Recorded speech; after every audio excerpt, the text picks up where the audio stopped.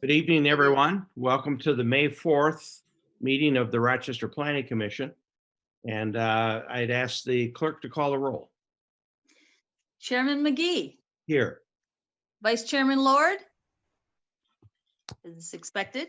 Mayor Vixen, Here. Mayor Pro Tem Bavacqua, and Secretary Bavacqua, Here. Commissioner Clark Martin, Here. Commissioner Gosson is expected. Commissioner Patrishkoff, Here. Commissioner Stone. Here. We have a quorum. Maureen, Commissioner Lord and Commissioner Gasson are present. Their audio is just not on, but they're both present. Oh, okay. Thank you. Yeah. Okay, so we'll see if our technical people can get them tuned in. Please join me at this moment with the, we're going to recite the Pledge of Allegiance. I pledge allegiance to the flag of the United States of America, To the republic for which it stands, one nation, under God, indivisible, with liberty and justice for all. Before we begin, I just want to point out to the members of the public who might be watching that this is a virtual meeting of the Rochester Planning Commission. We're all at our homes and offices. We're not at the City Hall. And this format is approved by the governor with one of her executive orders issued over the last 6 weeks, one of the many, many executive orders that she's been required to issue. So that this is actually an official meeting, even though we're not meeting in present. And any action taken by the commission, any votes taken by the commission do stand. They are effective under the law. So I just wanted to point that out to everybody. The other thing, I believe if you care to join the meeting, there's a number showing on the screen if you're watching us on the city cable television channel, and you're able to call in and participate if you want to do it in that way. The first item of business this evening is public comment, and I don't know if we have any members of the public hooked in. We do not. We do not, okay. I'll call that again at the end of the meeting in case somebody has joined. The next item is approval of the minutes of the regular meeting of April 6th, 2020. I'd ask the commissioners if you've had an opportunity to review the minutes and if there are any corrections, additions, deletions. If not, we'll entertain a motion to approve. So moved. Mr. Lord, good evening. It's been Good evening. by Mr. Lord, and is there support? Lord. Support by Mr. Stone. Any further discussion? The roll call. Bavacqua, Yes. Vixen, Yes. Clark Martin, Yay. Gosson, Lord, Yes. McGee, Yes. Patrishkoff, Yes. Stone. Yes. Okay. Now, you've seen from the agenda that we do not have any action items per se to deal with tonight. So Sienna, our staff representative, has arranged to provide an up-to-date planning session for us conducted by the Michigan Association of Planners. And we have with us here tonight Wendy Ramson. And Wendy, I believe you are the Director of Programs and Outreach for the Michigan Association of Planners based in Ann Arbor. You Right. all know the organization. We get lots of communication from you, et cetera, et cetera. And our planner is actually here tonight. Vidya is with us tonight. Great. Fine professionals know each other well. But Wendy's going to take us through a training program. And I think we'll find it all very relevant. And with that, I'm going to turn it over to her. Great. Thank you. Well, this is a bit of an experiment for us. This is the first time you've done this? Online. Oh, very good. So you are our guinea pigs here. Normally, we would be doing face-to-face, and so I'm hoping there are a couple of opportunities during this training for you all to weigh in. So I hope you do that because I think it will make it much more interesting for the evening. I believe we have all live mics, live video. Is that correct, Sienna? That is correct. Okay, very good. Thank you. Great. Excuse me, Wendy. Okay. A little bit of background about myself. I am a planner. Spent most of my career up until I started at MAP in local government. I have done everything from zoning administration to community development to planning management. So for a small town called Ann Arbor, Michigan, and I spent most of my time there. But I am really enjoying expanding and talking to planning commissioners and elected officials all over the state. It's been really rewarding. The other thing I would mention to you is that I spent many days in my childhood in downtown Rochester. I grew up in adjoining Avon Township, which is now Rochester Hills. And my mother was a planning commissioner for Avon Township. So So you I come feel by like this honestly. That's very cool. I do. I feel like I'm coming home a little bit. So now, where did you go to middle school, high school? You got to fess I up. went to West Junior High Uh-huh. and went to Adams. Very good. I was a contemporary of Madonna, which gives you an idea of how old I am. Very exciting. So yeah, it's a wonderful place. My mother still lives in Rochester Hills. Very good. All right, so I am going to try to share my screen, bring up the presentation, and hopefully this works. So I can see some of you on my screen. I can't see all of you. So if you have questions along the way, please just pipe up. And you know, it's a small group, and we can have that conversation going. So as I get started, I do want to thank you all for being a member of MAP. The City of Rochester has a group membership. We have been around since 1945, and we are celebrating our 75th year. We are an organization, a nonprofit that's made up of professional planners. There are about 700 of us throughout the state. And then local elected officials and appointed officials from planning commissions and zoning boards of appeal. Those are about 3,000 members throughout the state of Michigan, both peninsulas, rural, urban. It's a wonderful mix.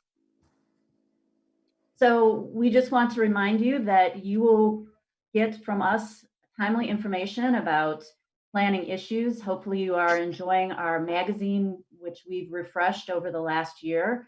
Have some really relevant articles there, and these on-site workshops like the one that we're doing this evening. We hope to have, well, we will have our annual conference in the fall. It had been planned for Port Huron. Right now we are talking about moving that to a virtual event in anticipation that we won't be able to do large groups. So stay tuned for that programming. Here's our contact information if you need to reach us. Sorry about that. So you should have all gotten in a packet. You should have gotten a master plan booklet, which has the statutory information and some great articles there to spend some time on. You also will receive, or should have received, a certificate of completion for your training tonight. That, you know, you have to get to the end though to display it in your frame, I guess. We have a list of our publications and our officials training workshop catalog. And then you should also have the PowerPoint presentation. I think Sienna had attached that as a part of the packet, if you're the kind of person that likes to follow through. So I start out with a quote of inspiration. In this time of COVID-19, it's important to really address the issues at hand. So I think for the last couple of months, we've been very much in the present, very much trying to understand how to get by from day to day. So I really applaud the city for thinking about how we can use this time as well to prepare for a stronger and more resilient future. So we're going to go over in this workshop a lot of the basics. Probably some of you who have been doing this for a while already know a lot of this, so I won't belabor many points, but sometimes it's good to be able to go over from beginning to end what that process is. And then if you have any questions along the way that are more specific than what we're talking about, please let me know. So we will discuss what is a master plan and why your community needs one. We'll go over the legal basis for planning and zoning, and mostly we'll spend time talking about the process, best practices for that master planning process.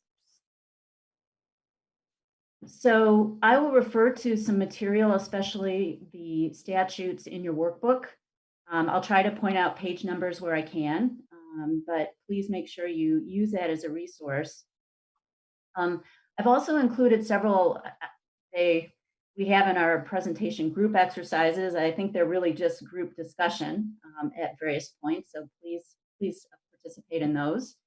And then also there'll be opportunities for a Q&A throughout the workshop and at the end. So let's start with the very basic. What is a master plan? A master plan should go and identify as existing conditions. It will describe your community, past, present, and future. It will bring together a broad range of people who work together to find common ground. The final document will communicate specific priorities that are necessary to support the desired character of your community. There'll be descriptions of assets and challenges to provide a framework for public officials and developers to find opportunities to strengthen and guide the long-range physical development to create your desired community. The Planning Commission is the final approving body of the master plan, unless, of course, your legislative body has asserted its right to approve or reject the master plan in the form of a resolution. Quick question, maybe Chair McGee, who is the final authority in the city of Rochester for approving the master plan? I believe it's the council, isn't it, Mr. Mayor?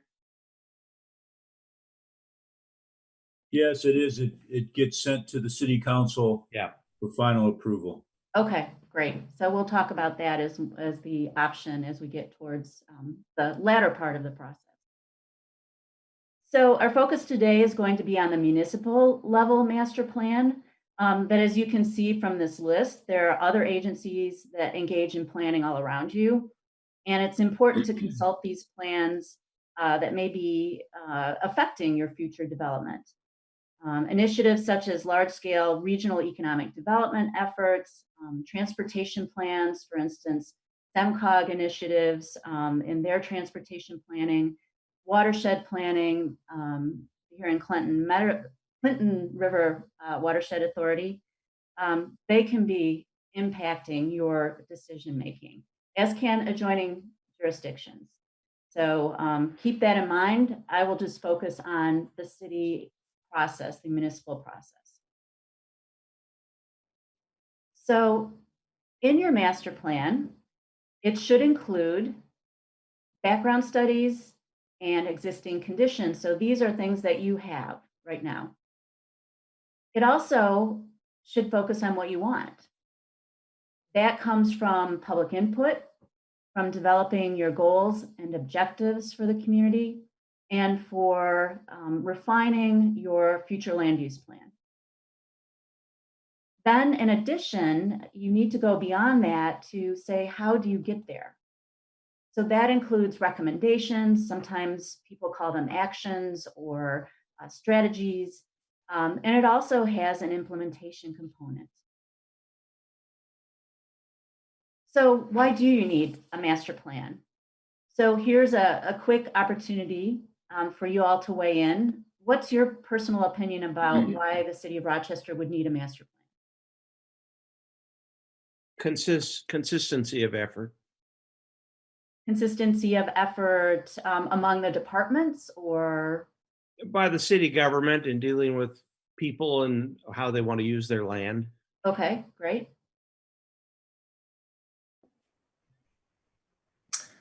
It's really defining a roadmap, to get from where you are now to where you collectively decide you want, you want to be and where to go. So it's the definition of a roadmap, essentially. Okay, great. Great analogy. Any other thoughts? Just to make sure that no one's contradicting any other divisions or departments' actions, I would think, so that it's all a concerted effort towards the same goal. Yeah, so that continuity can be between the private sector and the public sector. It can be continuity internally to the city, between departments, public works, your community development, so that you're not working at cross purposes and that you're using taxpayer money wisely. Any other thoughts? Adjust for change. I'm sorry? It's a way to address change, whether you're growing, diminishing, just encountering differences. It's a key to put those things into discussion. Yeah, great. And I think a community has probably some desire, if you engage the community, to achieve some sort of overall feel and tone and tenor to the community at large. And in order to get there, you have to have that roadmap, and you have to plan for it, because if you don't, other forces will engage, and that may drive it in a direction that the community may not be comfortable with. Right. So you have to be the guide and the leader. Right. And, it's so difficult sometimes in this day and age when things are often pulled together and very quick, reacting quickly, being, easy to respond to things. There's a tendency to think that we can do this on the fly, but there still is a real valuable piece of looking forward, even though we don't know what's 5 years from now, what's 20 years from now, but it still is a valuable exercise. And the key is to keep going back and refreshing it. So these are all great observations. Just the next couple of slides talk about different aspects of why you would master plan. One of these is to increase understanding of what you're trying to achieve in the community through community participation. So that participation helps generate the plan or develop the plan, but it also is an education device to have people understand, wow, I had no idea this is how infrastructure was funded, or I had no idea this is how land use was decided. So that's one reason to go through that process, is so that the community understands what you all already know. Someone mentioned that coordination on development and redevelopment. Maybe it's a way to communicate to potential developers about what the opportunities are in your community. Mentioned also was that community character. What is it about the community that you want to retain? There's certainly an aspect of change, but there's also an aspect of valuing what's already in place. Getting a shared vision, bringing people together to talk about quality of life. And this would be for all residents, not just the ones that show up at public meetings, but really thinking through who all is involved in your community. We also need to think ahead to the best that we can to anticipate and plan for these emerging issues. Like planning in the pandemic, as we say, huh? Yeah, exactly. Now, that isn't one that I have been trained to look into. But I think as planners, we talk about health a lot. We talk about public health. So it's a good reminder that this is something that we need to think about. We need to think about being resilient to all sorts of different changes, whether it's stormy weather or pandemics or technology changes. So sustainability, I saw that you have in your packet some discussion about sustainability. So thinking through, that's an emerging issue, it sounds like, in your community. And then just, to be frank, a plan is helpful to have when you are seeking funding. It outlines and it reassures funders that you have thought through what you want, whether it's infrastructure, whether it's new programs, and that is helpful when you go out for grant funding. It also, I know Rochester is largely a built-out community, but there are areas that are very special to people. It might be natural, it might be a cultural environment, historic places. So a plan helps to preserve those. It also helps to help you define things like special areas and what you might want to invest in. So maybe it's a farmer's market or a new town square or someplace that is going to attract tourists or be valuable to your residents. And of course, it creates that legal basis for your zoning, and I'll talk a lot about that this evening. It really is the underpinning for your regulatory land use structure in your community. And with that, it helps guide local development decisions, whether that's rezonings or new zoning directions. That master plan sets the stage for that. So we talked about change. Change is inevitable, but things we can hear what is likely to happen. You'll probably hear from some of your residents that, if it's not broken, don't go after it, don't fix it. But that approach really favors the status quo, and we know the status quo only lasts so long. Skeptics need to be reminded of Ben Franklin's wise words: failing to plan is planning to fail, or planning to fail. So we can keep that in the back of our mind. So as we plan for the future of your community, know that you will inevitably be faced with change, and planning for that change is the best way for you to influence the outcome. And I'm sorry, I have a very insistent cat that keeps Zoom bombing. Oh, very cool. I am trying to keep her out of the way, but not very professional, I know. But it's You won't bother us one bit. She'll either do that or rattle the door. So, all right, legal basics. So, in Michigan, there are two primary laws that regulate planning and zoning operations of municipalities. They are the Michigan Planning Enabling Act, or I am going to use the acronym throughout this presentation of the MPEA. It's Public Act 33 of 2008. And then for zoning, there's the Zoning Enabling Act, the MZEA, which is Public Act 110 of 2006. And those are both published in their entirety in your workbook, in case you want to go and look through and reference some of the things that we're talking about today. So the planning, I'll start with the Planning Enabling Act. It's a mandate for communities to review their master plans every 5 years. Actually, let me go back. It establishes the makeup of planning commissions. So the fact that you all are on planning commissions, there's guidance in this act about who you should be representing, what types of professions, how many, depending on whether you're a city or a township or a village, the roles that you may have, the powers that you have. So the act, first and foremost, sets that up for communities that opt to have a planning commission, which in Michigan is most communities. It also lets you, as an appointed board, create a master plan.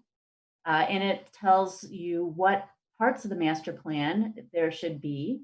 And it also talks about the procedures for adoption. And we'll go through all of those tonight. It requires a 5-year review of the master plan. And I noticed your master plan was adopted in 2014. So you are at that 5-year stage, and we'll talk a lot about that and what that means. That was put in the act in 2008 because many communities didn't touch their master plans after they had adopted them. And so in 2008, with a lot of discussion, that was added as a way to try to have communities stay on top of their plans. And in some cases, they just continue with the plan as it was adopted in the previous 5-year period. But in most cases, communities are moving forward to adopt new plans or amend their plans. And it also, the Planning Enabling Act requires the Planning Commission to prepare an annual written report to the governing body, in this case, the City Council.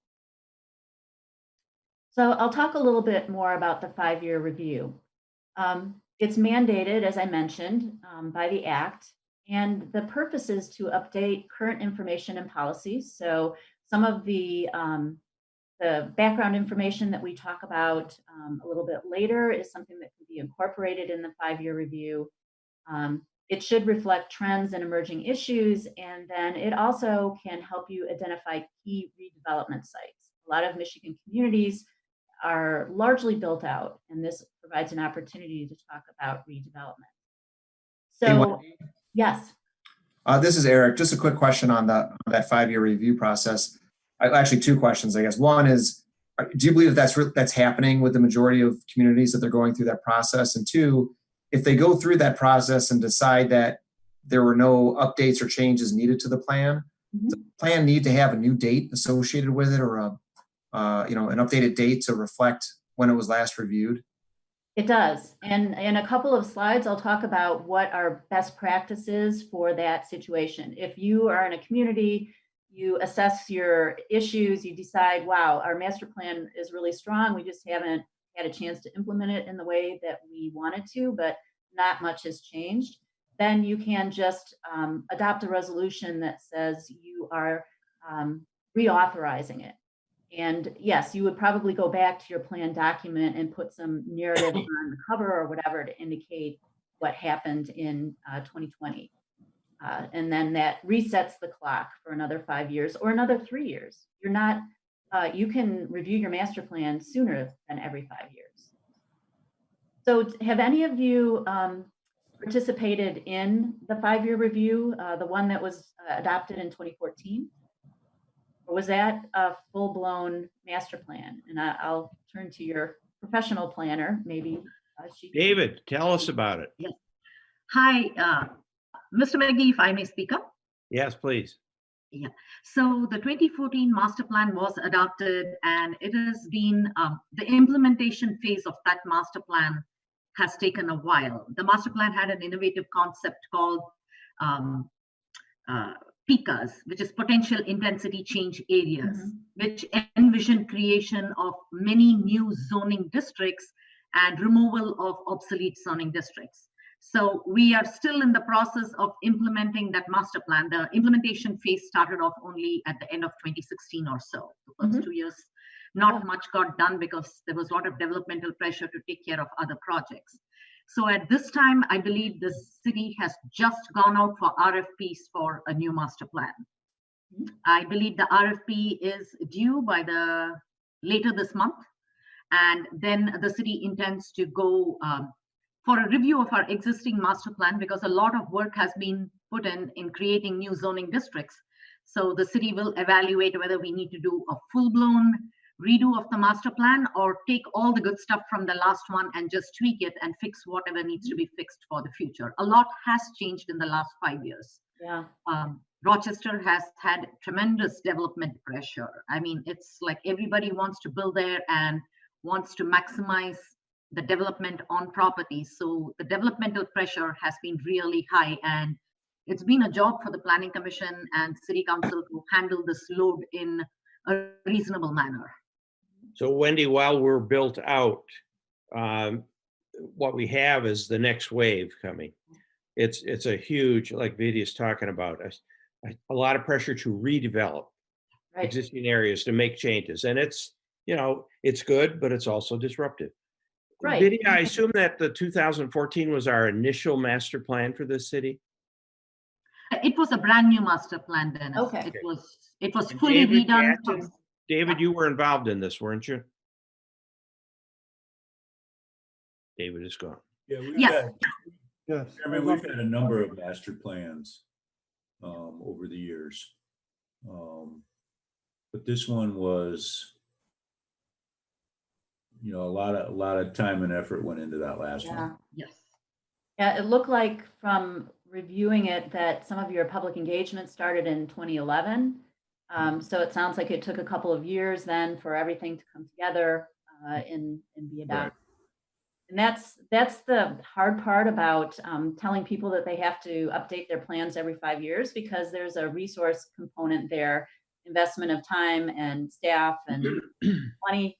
So you want to make sure you do it well.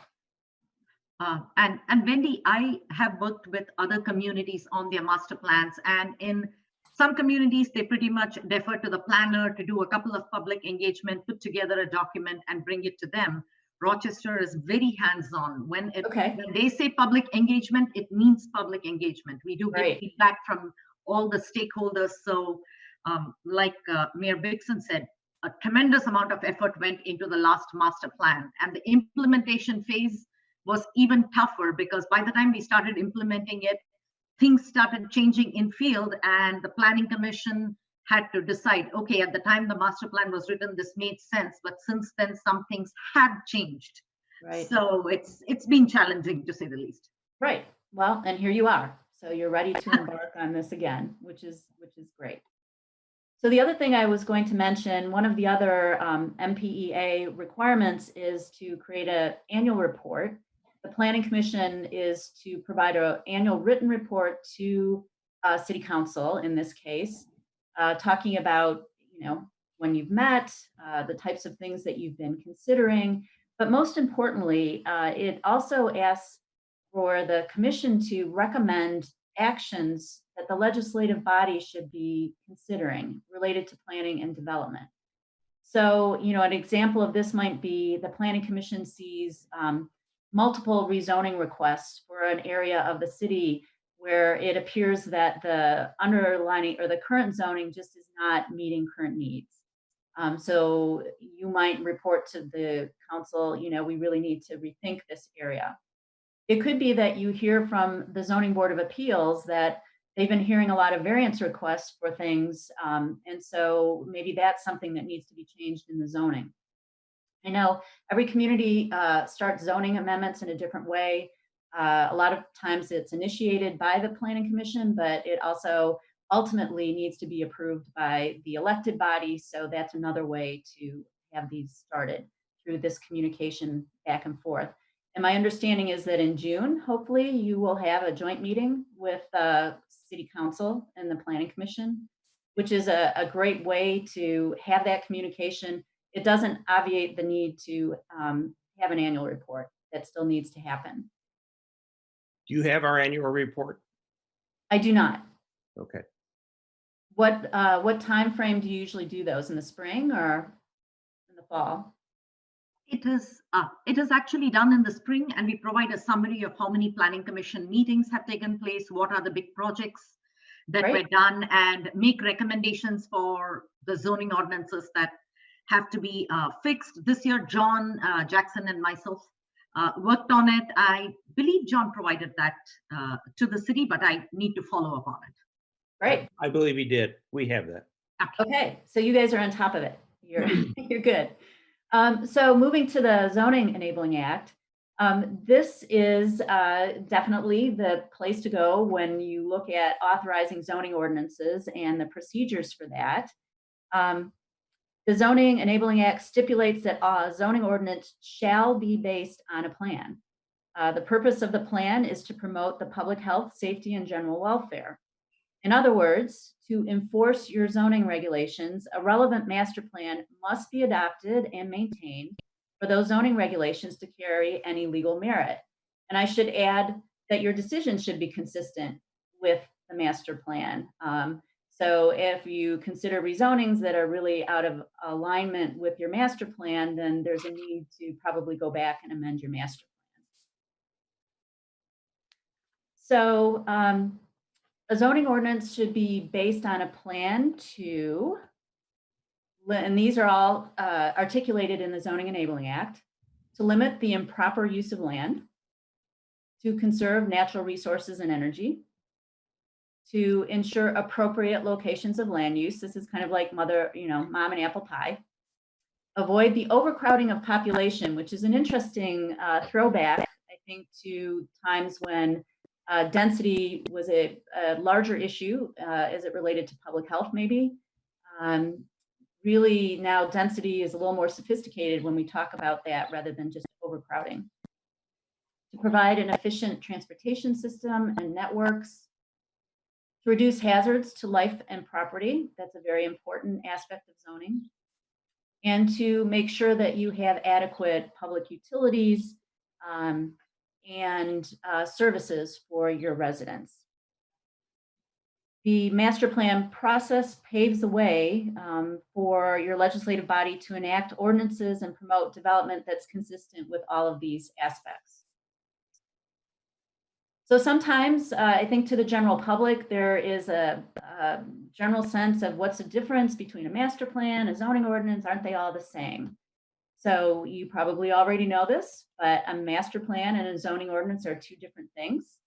A master plan focuses on long-range aspirations in the community, whereas a zoning ordinance is much more immediate.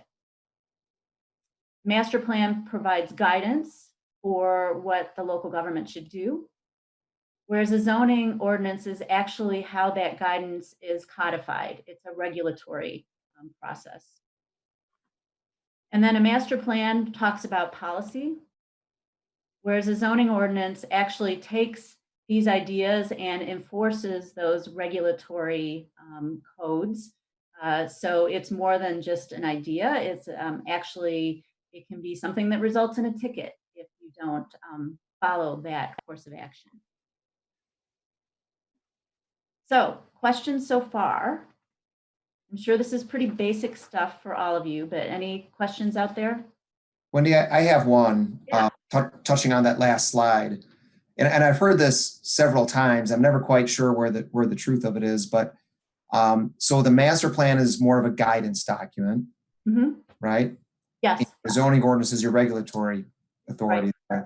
So are we able to rezone a property to a zoning classification that's inconsistent with the master plan by law? You are. You have to be careful about that and make sure that your record talks about any changed or changing circumstances that would bring you to make that conclusion. So you'd want to have in the record, let's say, the zoning ordinance right now in one district doesn't anticipate a certain use that, wasn't around before. Maybe agritourism in an agricultural district. So, you might want to amend that district, or you might rezone to another district that allows for more commercial uses. But then what you need to do is you need to follow back up either at your 5-year review or earlier to adjust your future land use recommendations to make sure that they are in alignment. Some communities do it, cheek to jowl with the change in the zoning ordinance or the zoning district. They may process amendments to their master plan at the same time. Other communities wait for a few years to make those changes, but ultimately you should bring them into alignment. Thank you. Does that answer your This gets a question? little further afield, but let's say that we made a zoning change and it conflicts with the master plan. And as is their right, there could be neighbors who bring suit against us for doing that. Right. Is that a basis for a judge to overturn the zoning, the fact that we violated our master plan? It depends on what court system you're in. Yeah. There are some courts that are much more, I don't know. They for the most part, the courts, case law is that courts are supposed to uphold governmental decisions when they're done properly, when proper notice, when there's been public debate, when the record is clear. They're supposed to uphold the elected officials' decisions. However, some communities have legal decisions that are much more, less supportive, let's say, of that government deferential approach.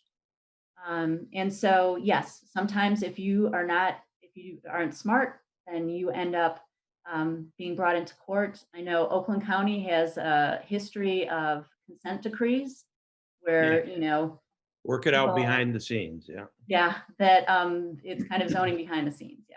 Yeah. Whereas where I'm from in Ann Arbor, we have had really strong support of our courts for our land use decisions. So I think it depends on what area you're in. Okay, thank you.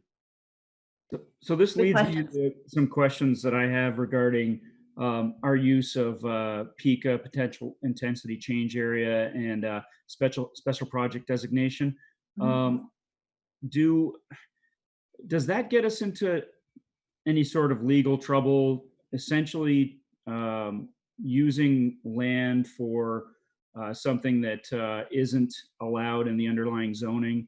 And do you know of any other communities that are using a PICA or special project designation?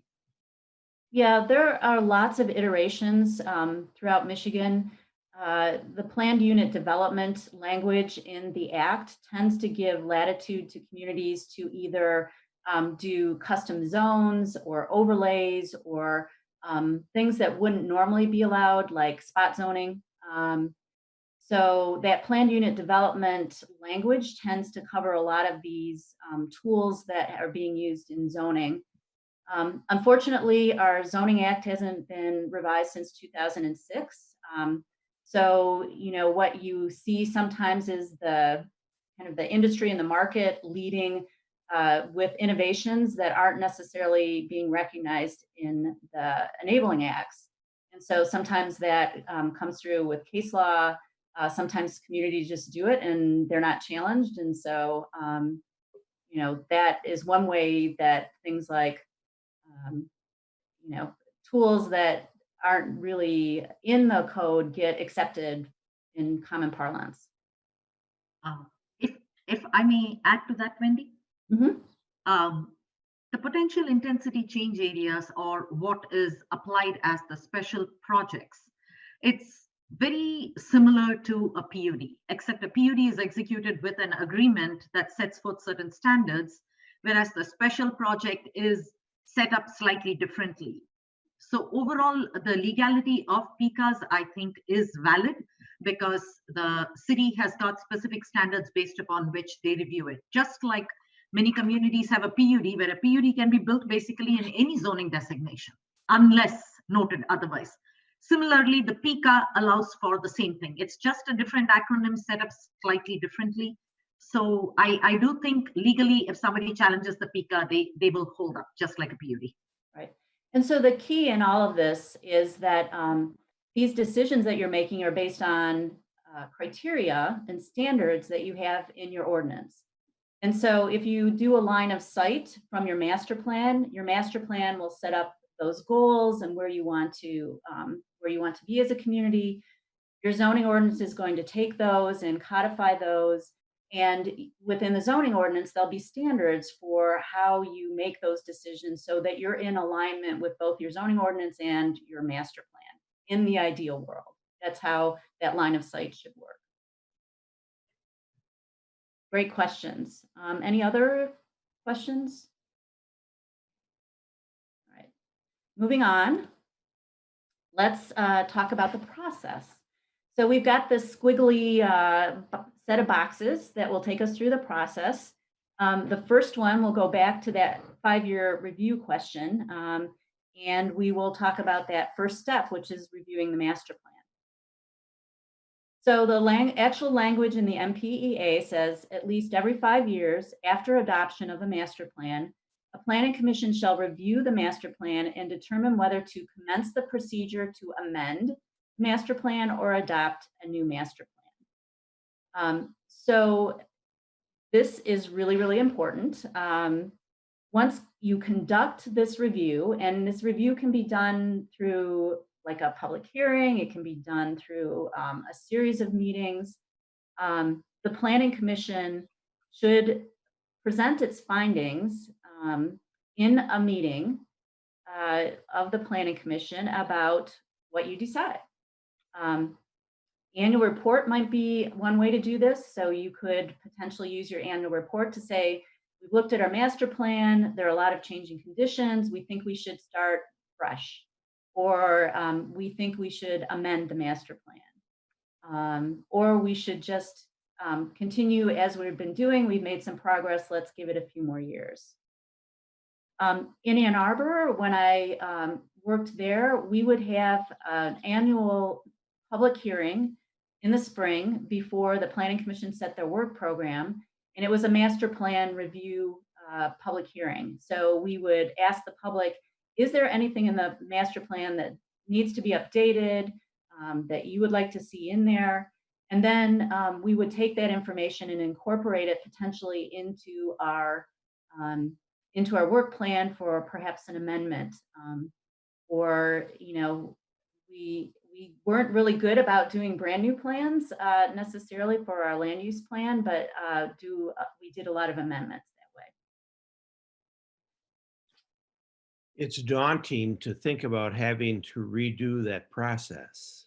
It is. Amendments are much more pleasant to think about. Okay. All right, there's one vote for an amendment.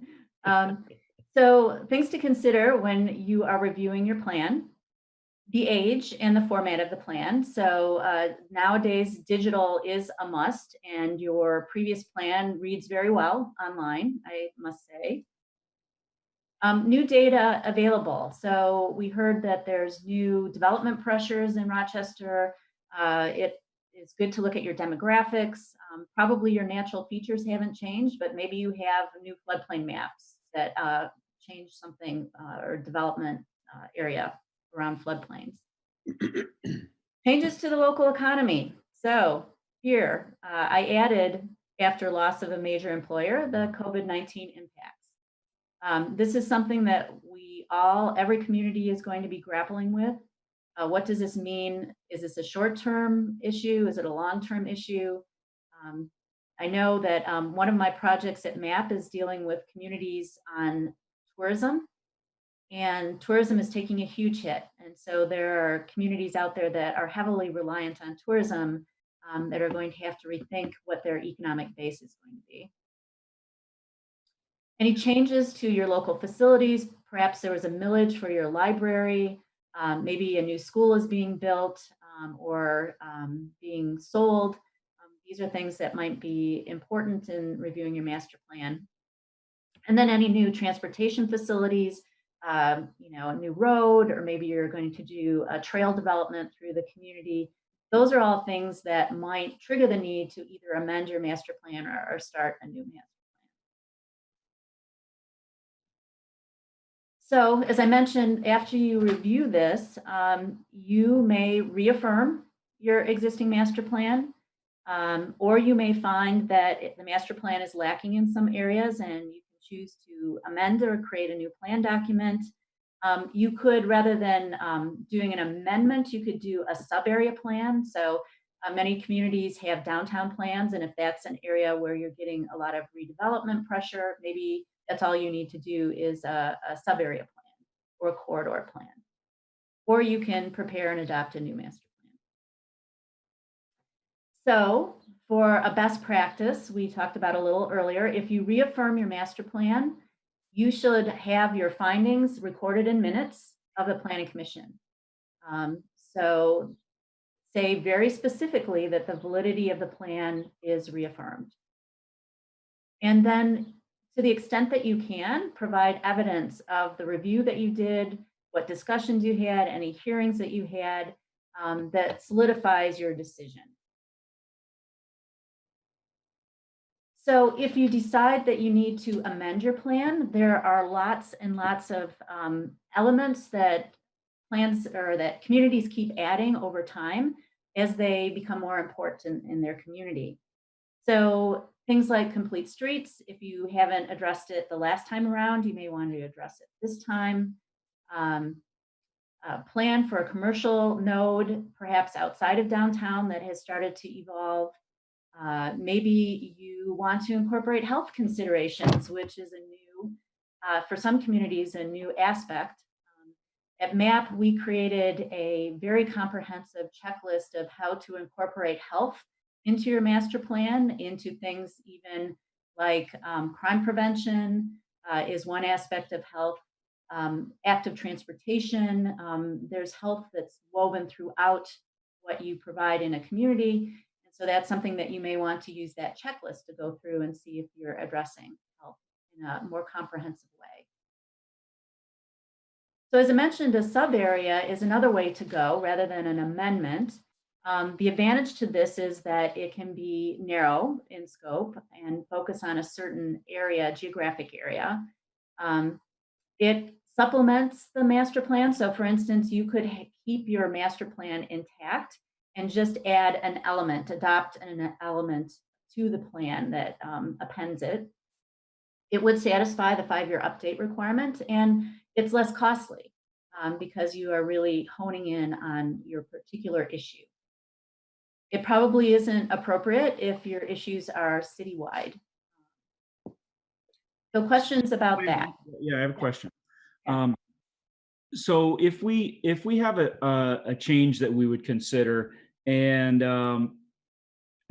we justify it and we make that change, is there any legal ramifications for that change in respect to like a developer having purchased a piece of property based on the underlying zoning at the time, and now it's changed, and could it be considered a taking, or would there be issues with that? Yeah, we could do a whole day-long discussion about investment-backed expectations. Again, a lot of it depends on case law. A lot of it depends on the region that you're in. Best practice is that if you document as a local unit of government, you document your process for making these changes and why, you are given deference as having a valid police power to make those decisions. So documentation is key. Following your standards is key. And making sure that you're in alignment with your decisions, with your zoning, with your master plan. So an example of documentation, I mean, is it a matter of engaging the community during an opportunity for a change, like a 5-year review, or what do you mean by documentation? Yeah, so public hearing, maybe you do a town hall, maybe you do some type of focus groups. All of that can be documented in writing and then used as a basis for any of the changes that you're making in the plan. Okay. And public hearings as well. I know I've gotten guidance when I worked in this realm that you should keep your minutes to the minimum that's required. I found that to be maybe not so great when you're working on some issues that can be controversial, because I think having in writing the deliberation can really help if that is taken to court. Of course, now we have video, so sometimes as a community, if you don't have it in writing in your minutes, as long as you have archived your video discussions, that sometimes also can help in a court case. But really, I don't know your relationship with your city attorney. I know some planning commissions actually have their city attorneys with them during meetings. I wouldn't recommend that. But certainly engage your city attorney as a part of your master planning review process, your amendment. Make sure they know what's going on, because they can provide really good practical advice about how to structure your master plan to support your zoning. Any other questions? I have one. How long is the average process to amend a master plan? We've taken a while just to get through implementing ours, and beginning anew, it almost frightens me. Well, I'll talk a little bit about the legal notification requirements. So the absolute minimum probably to get through an amendment is about 3 months, probably more like 6 months to a year to do an amendment, depending on how meaty your issues are. Okay. Okay. Thank you. Yeah. All right. So moving forward, you reviewed your master plan. You decided that you want to do something other than just reaffirm it.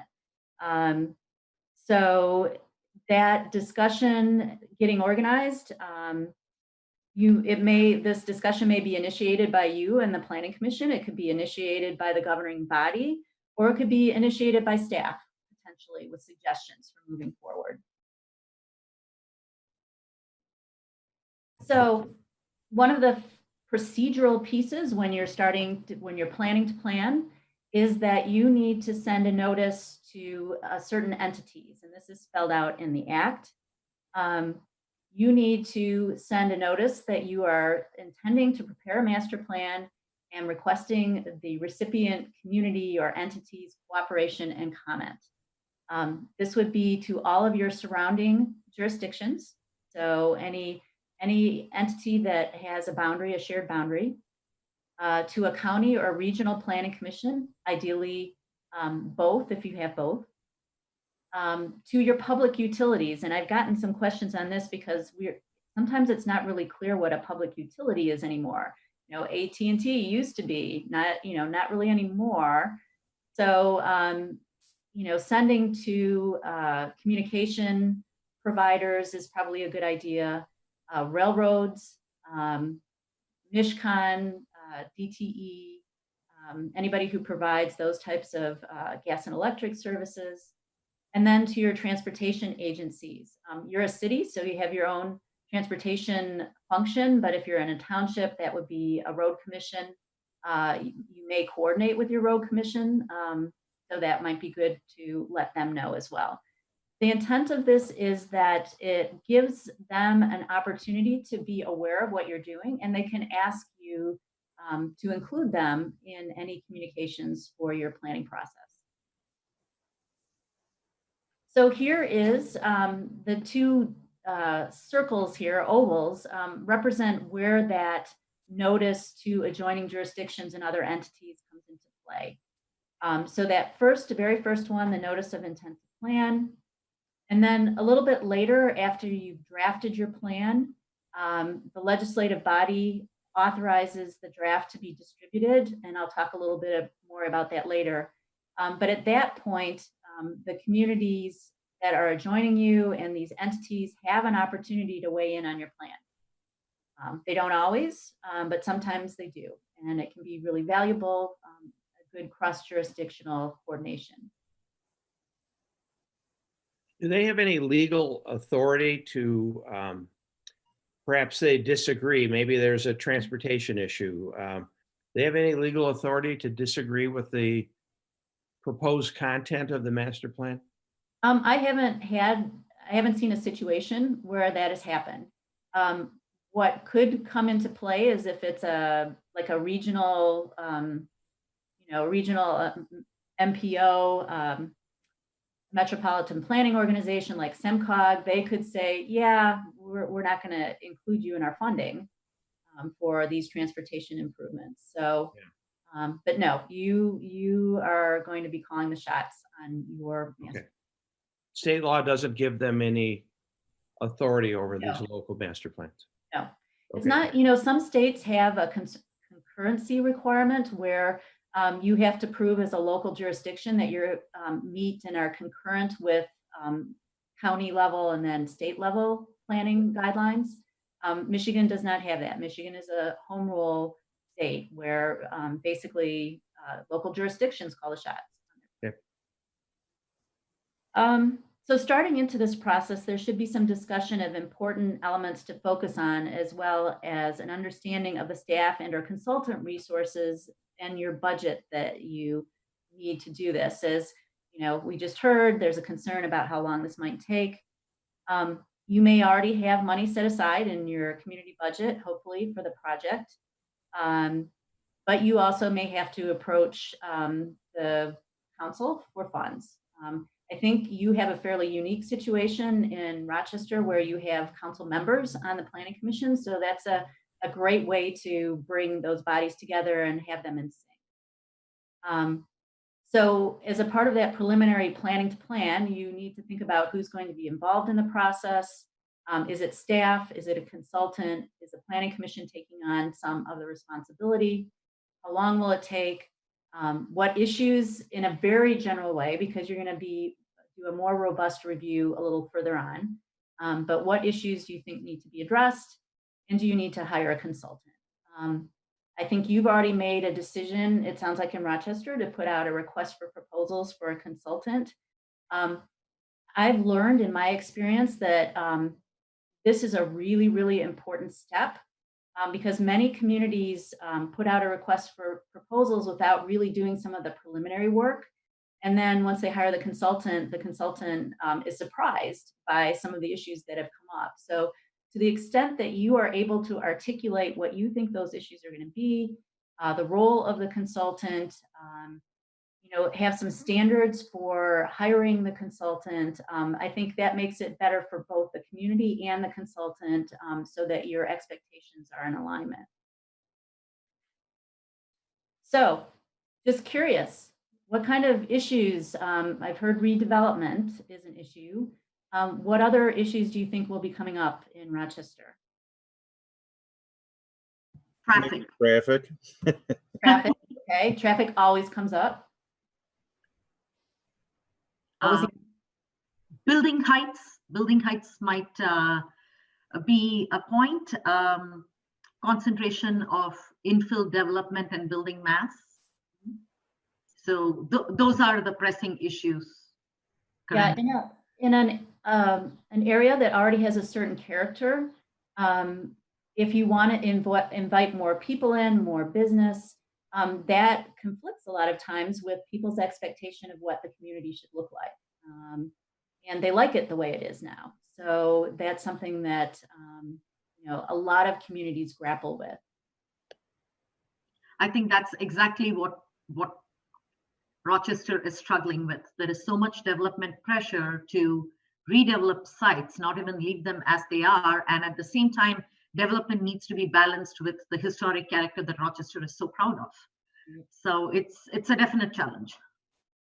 And it's a good problem to have. There are many communities in Michigan that do not have that development pressure. So, balancing what can be, added people in the school system, added children in the school system, added revenue in local coffers with more traffic. Oftentimes, those two, more development often will generate more traffic unless you're really smart about doing a multimodal type of shift in your community. So it's really, change is hard, but it's something that needs to be thought through. Any other issues? Do you have issues with floodplains or sanitary sewer overflows or infrastructure condition?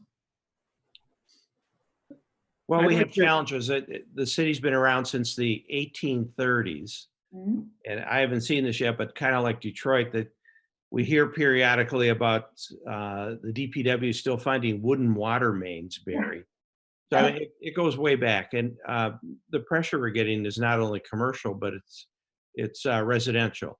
Not too much industrial, other than we're starting to get some pressure to change some of our industrial to commercial. Those sorts of things. So probably before COVID hit, I mean, we were one of the centers of focus and growth in Southeast Michigan.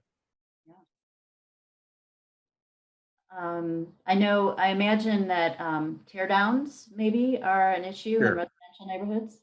Bigfoot housing, it's a terrific school district. So, we offer the quaintness of an old downtown and the ability to put up Bigfoot houses and have your children in a premier school district. You know it well, obviously. That, it's tough. I mean, you don't begrudge people wanting to do that, but you also want to be able, as housing gets demolished, smaller housing or, those smaller footprint houses, that precludes people of certain income levels coming in later. Yeah. So that's a real hard issue to deal with. Any other things? I just had a question in terms of context for me. So we are discussing infill housing and the impacts on the community. How would we and could we address that on a master planning level? I'm not sure I understand how that would work. So you might identify neighborhoods, and I think you actually do in your plan where you identify areas of certain character, and you might kind of put in the framework of what an infill zoning would be. So you might say that, within this area, infill housing, we're okay with accessory dwelling units as long as they, don't look like an accessory dwelling unit, as long as, it keeps the same building footprint as the others in the neighborhood. So you're not creating a code per se, but you're creating the framework for what will follow in the code. Does that Thank you. help? Yeah, perfect. Okay, any others? Shall we move on? Oh, the only other thing I was going to mention is renewable energy is something, you say that you don't have industrial per se, or you're losing industrial. Some of the renewable energy technologies are going to require some pretty quasi-industrial types of facilities. And so that's something that some communities maybe would like to see, but then once they see the, acres and acres of solar collectors, they change their mind. Yeah. So that's something that might be of concern. All right. So, so we talked about some of these, but just be thinking about what would you, in the best, in your mind's eye, what would you like to include in this round of master planning that wasn't included before? So I'm almost exactly at an hour, which was what I was hoping. We're going to take a 10-minute break here. And I think that our friendly television folks are going to put up a screen so that we can take a 10-minute break. The last half of your presentation is about another hour. A little long, probably an hour and 15 minutes. Okay, thank you. Yep. So let's be back at 8:15. Okay, see you Sound then. good? All right.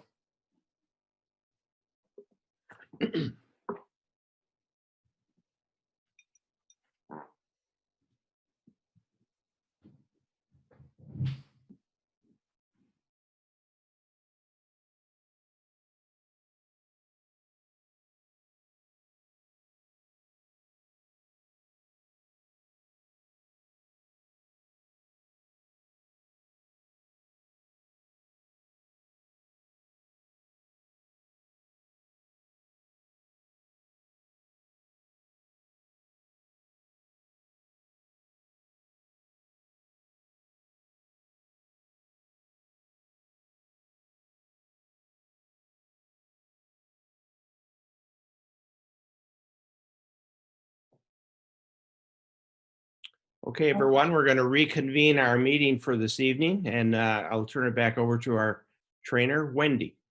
Great. Thank you. Thanks for coming back. It's a beautiful Nobody day. escaped. Nobody fled. I thought that I'd lose some people, but welcome back. So we're spending a lot of time on the early stages of the planning process, and I apologize a little bit, but they're really, really important. So we'll pick up speed as we go further through the process. So in this step 2, we're talking about planning to plan. And at this point, we're talking about stakeholders involved in the planning process. And so that's a jargon term. So let me define it. A stakeholder is an individual who has a stake in the outcome. So it could be many different people in the community. Who your stakeholders are will depend on the scope and the focus of your planning project. So for a full master plan update, I think you'd want to encourage wide involvement of stakeholders. An area plan focus might be a little more narrow with specific property owners, business leaders, or association members that should be included early on. So identifying stakeholders at the very beginning and the right stakeholders can really make or break a plan. I always err on the side of inclusion and make sure that the planning process is as transparent as it can be and has many opportunities for interested parties to be involved. It's hard to say, but really inviting controversy early on can really help in the latter stages of the plan, especially if you are honestly listening to what people have to say. And even if they don't get the outcome that they want, they know that they've been heard. So this is why it's a really important part of the planning process. So who should be involved in your master planning process in Rochester? Maybe just a, call out. Business owners, churches, residents. Okay, great. School district. Okay.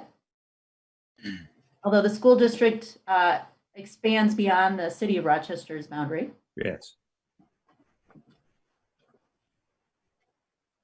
Or What else? utility companies, DTE, consumers, etc. Yep. How about the Trailways Commission? I assume they should be involved. Yeah. Development community, builders. Mhm. Historical Society. Okay. Great. Well, I think you've got a good handle on the idea. Here are some other suggestions that you might want to consider for a plan. In addition to residents, you have neighborhood associations.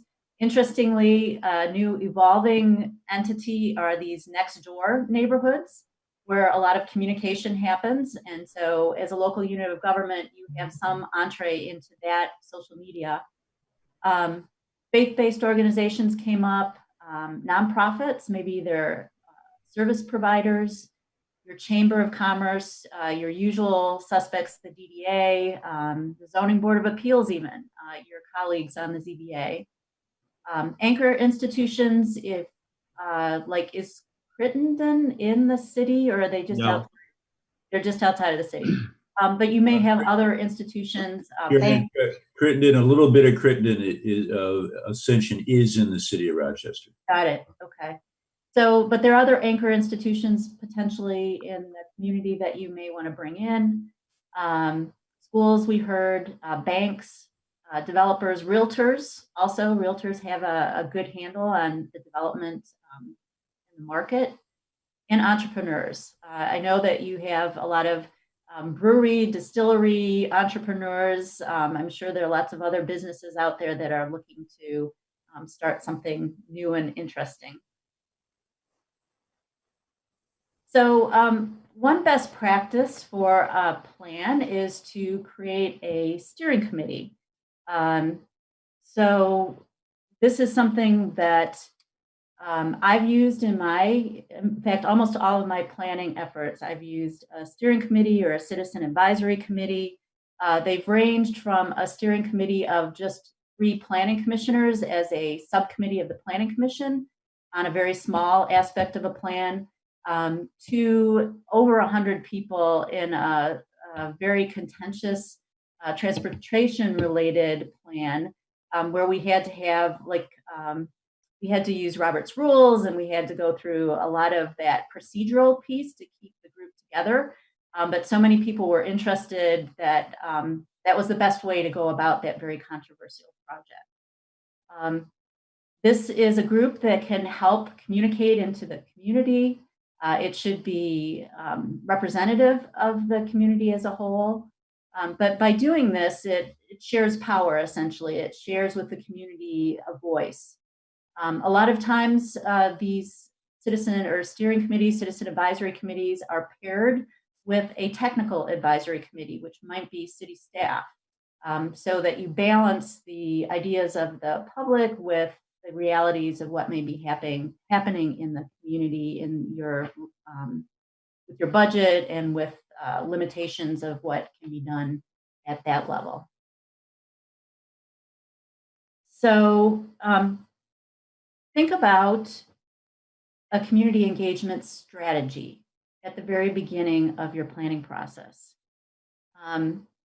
There are many techniques out there that you can use, and here's some listings of techniques. But really, what you hope to do, what you hope your consultant will help you do, is identify a strategy from the very beginning of the process all the way to the end.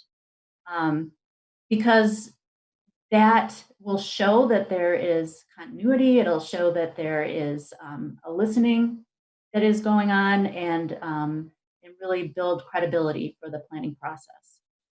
I also wanted to say, with COVID, I was on a webinar 2 weeks ago that really brought up a lot of interesting issues that maybe we as planners in my world have not really had an opportunity to address, but that is these COVID impacts on your community result in increased anxiety, stress, maybe hostility.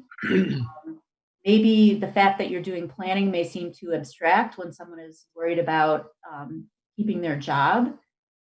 So if you are starting in that environment, you're going to have to create a strategy that's maybe a little different from what a standard community engagement strategy has been in the past. Blaine, are you online here? Blaine or Nick? Wendy, the city has put together Yeah, I think we both are. Both are, yep. So we're both muted. Oh, I just wonder if you could just fill Wendy in real quickly about your reopening Rochester committee. Go ahead, boss. So there's 4 different subcommittees. So we have health, safety, really a research one, and I'm trying to remember what the 4th one is. But really, we're focused on re-engaging the community safely. And there's different groups and sectors that we've actually added, really to similar to what was noted before for the stakeholders, so that we can proactively really start to look at everything from businesses to our governmental entities to the hotel to the different sectors, restaurants, commercial, and those. Well, that's great because those committees are going to be in place, and you may want to use them as part of your kickoff or part of your ongoing oversight of a planning effort. Always good when you have that infrastructure in place. Some of the guidance that I've heard in terms of engaging in this time include be empathetic, acknowledge the loss that people have, whether it's just of their freedom or whether it's actually a job or a relative. Adapt very tactfully to this, and then also get to the point quickly. Don't spend a lot of time going over extraneous work. Just really get to what you're trying to accomplish. So hopefully we can all keep that in mind.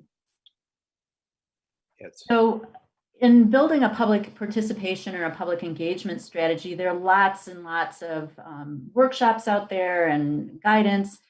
At MAP, we found this particularly helpful. The International Association for Public Participation talks about a spectrum of public participation. And just briefly, it goes from being very conscious about, are you there to inform, which is a one-way type of communication, maybe consult, which is like mostly a one-way communication, asking for maybe responses to a survey, or are you going to get more into a two-way type of conversation with involvement of the community? Then collaboration takes maybe a little more courage on the part of a community to let the community actually come into the decision-making process.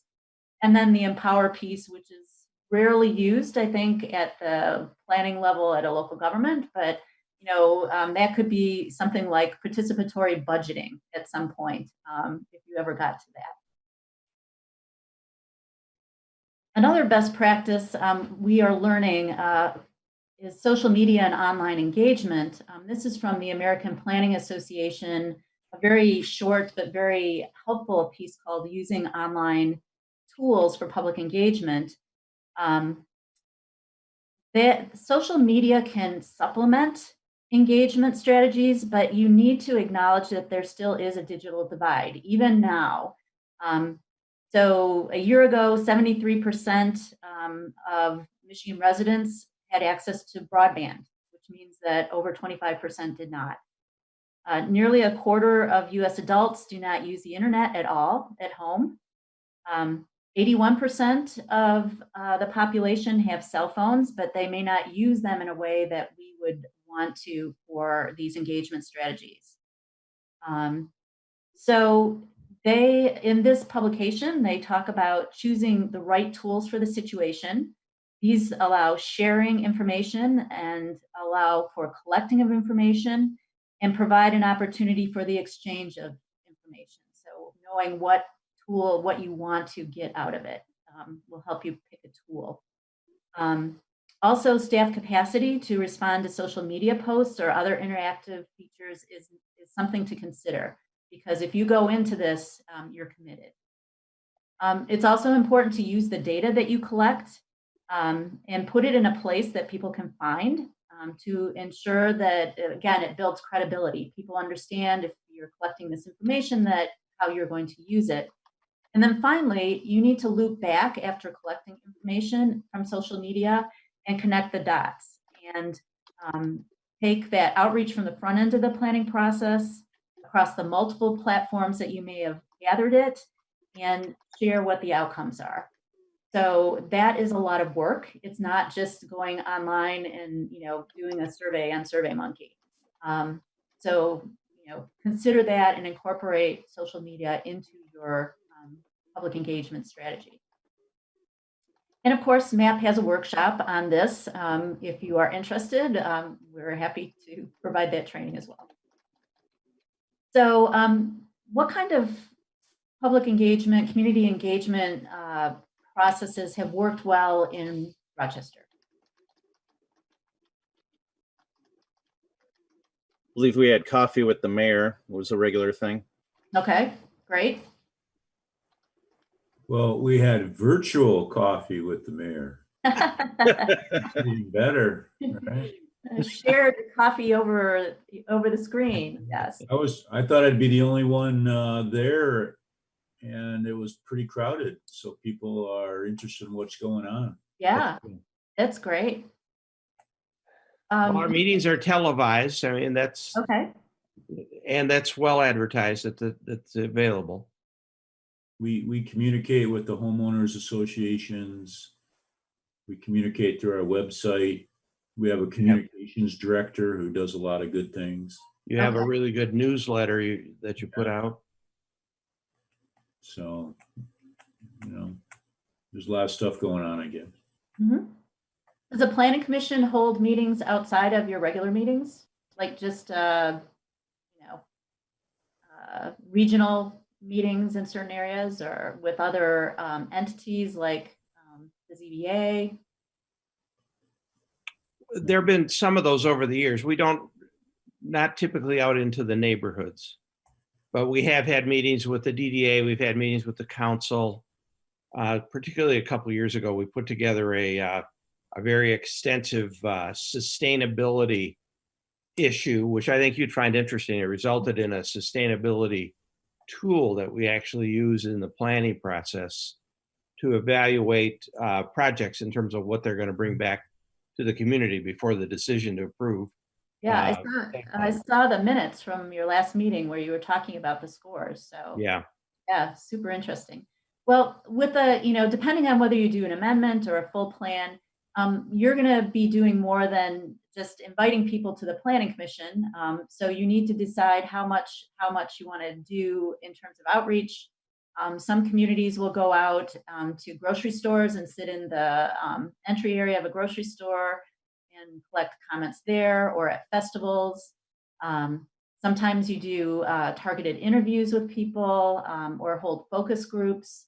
So you'll just need to decide how far you want to go into that and how much feedback you gain at the very beginning of the process, and then towards the end, how you loop back with those people. Okay. So moving on to step 3, and I will pretty much zoom through this because I think you have a lot of this information already in your plan and just it needs to be updated. But knowing what you have currently is critical to the beginning of the planning process. So this includes assessing existing community characteristics so that you can lay the groundwork for your planning activities. It also helps you maybe discover issues that weren't on the radar.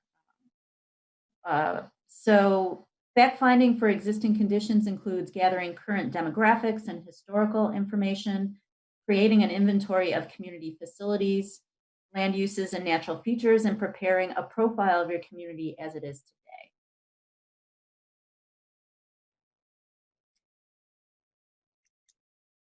So here are a few sources, a few traditional sources for existing conditions. Of course, population, income, housing, even crime data, your land use information, you know, how many houses have been built, what kind of development has been going on, what public facilities have been built, your historical sites. I know that in Ann Arbor, we now have a mid-century modern set of historical buildings that were not on our radar until recently, but they're now 50 years old. And so we are talking about how to preserve those. And also planning documents, and not just your planning documents. These would be planning documents from adjoining communities. So maybe Rochester Hills has adopted a plan in the time since you've adopted a plan. You want to take a look at those to assess those conditions and those recommendations. So as part of the process, it's important to identify current trends. Some of these trends will be external to the community and some will be internal. So it helps if you anticipate the external and also make recommendations for the internal. I'll highlight a few briefly in these areas. So population trends, young families, are they moving in? Or are you continuing to see the aging of your population, as you noted 5 years ago? Are there discrepancies in income of those who are moving in, or people who have, as they have aged, maybe have lost income and now are in a situation where they are unable to find a place that they can afford within the community as they age in and move to a different situation? You know, we use the census for this population information, and I'm really glad you're promoting the census on your website and on your letterhead. But that information is not going to be available for at least a year, maybe longer.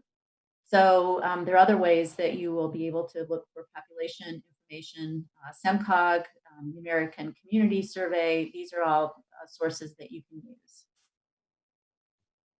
You'll want to look at your land use trends. Redevelopment certainly is one of them.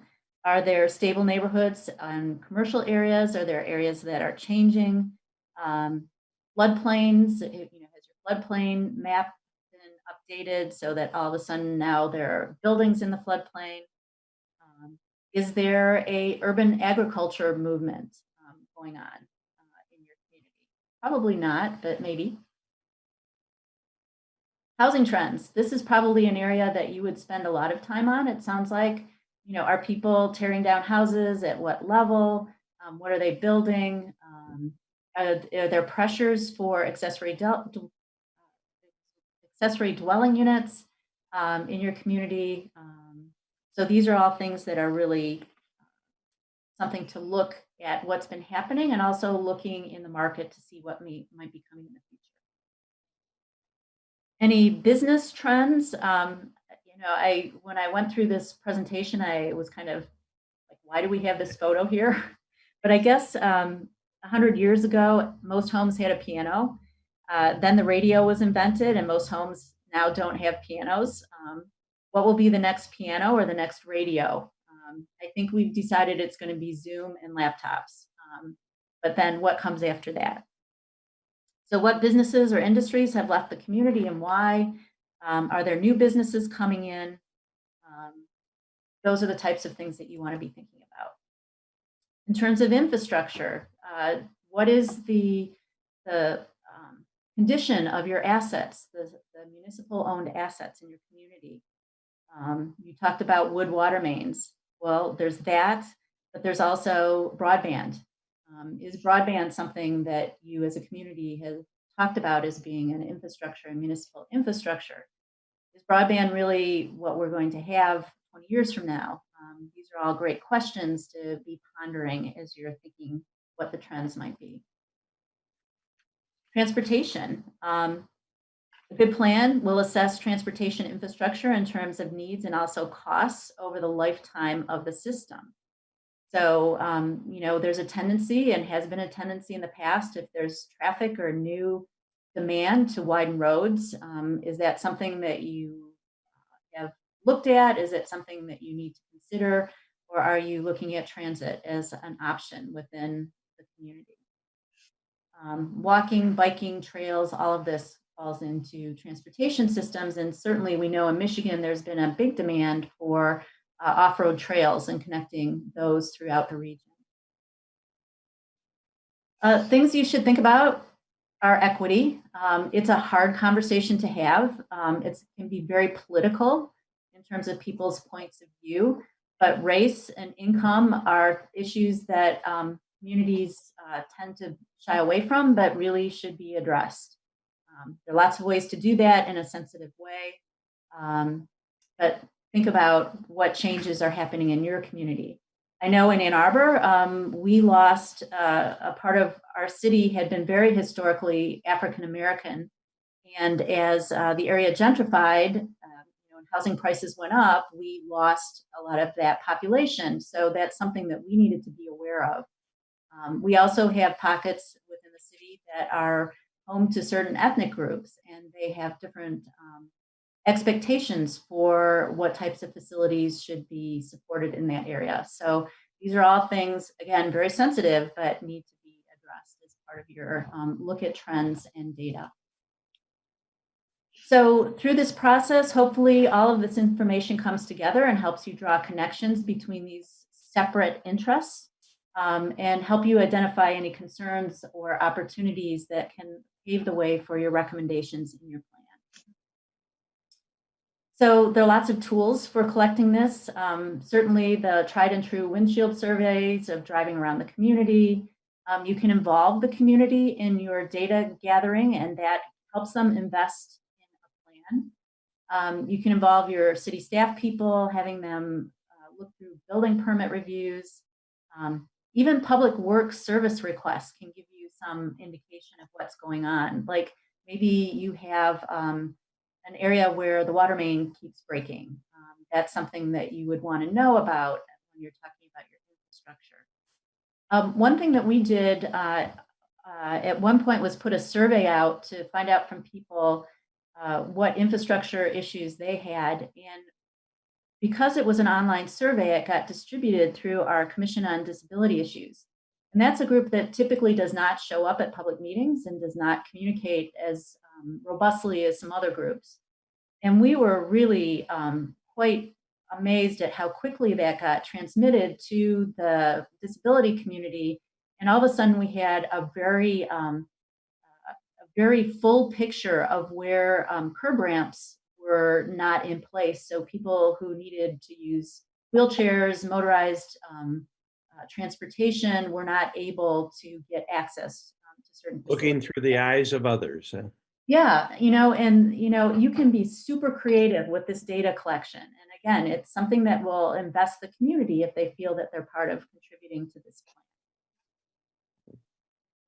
So I guess I really don't need to emphasize that these are all things that go into the plan. You have that information now. But the thing I did want to emphasize is that there's a fine line between being credible and being accessible. So like a term paper, you include the most important information up front and then put everything else in the appendices. So yeah, because people will get lost if you put all of it in your plan up front. Okay, questions about collecting data and trends? Okay, so next step, which is starting to get into the fun stuff, is identifying community issues. Once your profile has been updated, you at the Planning Commission should discuss it and ask for input from the public about what the community issues are, given all this information. The analysis of the information gathered during steps 2 and 3 will reveal community issues and concerns. So listen to your stakeholders and participating citizens. Together, you will begin to identify the community's assets and its weaknesses and prioritize and brainstorm potential solutions and opportunities. This is where the community engagement strategy comes into play. There are a variety of tools available that can be used throughout the planning process. So I think the next one, yeah, here are some of the tools that we've talked about. Visioning workshops. I know that at some point, I think you may have talked about a charrette or doing charrettes, which is a very specific, physically based type of information gathering. You could do a traditional open house or town hall, resident surveys. So these are all ways that once you take this community information about who we are, where the trends are, and ask the community, okay, what does that mean? What does it mean to you? What issues does it bring up? We also now have online engagement platforms, which I think we will be using more and more until we are able to gather in larger groups. These allow for you to comment on a specific problem. They allow you to take and put points on a map for issues, upload pictures. So examples of these online platforms are things like Map Social, mysidewalk.com, Bang the Table, Mind Map. There are all sorts of Mind Mapper.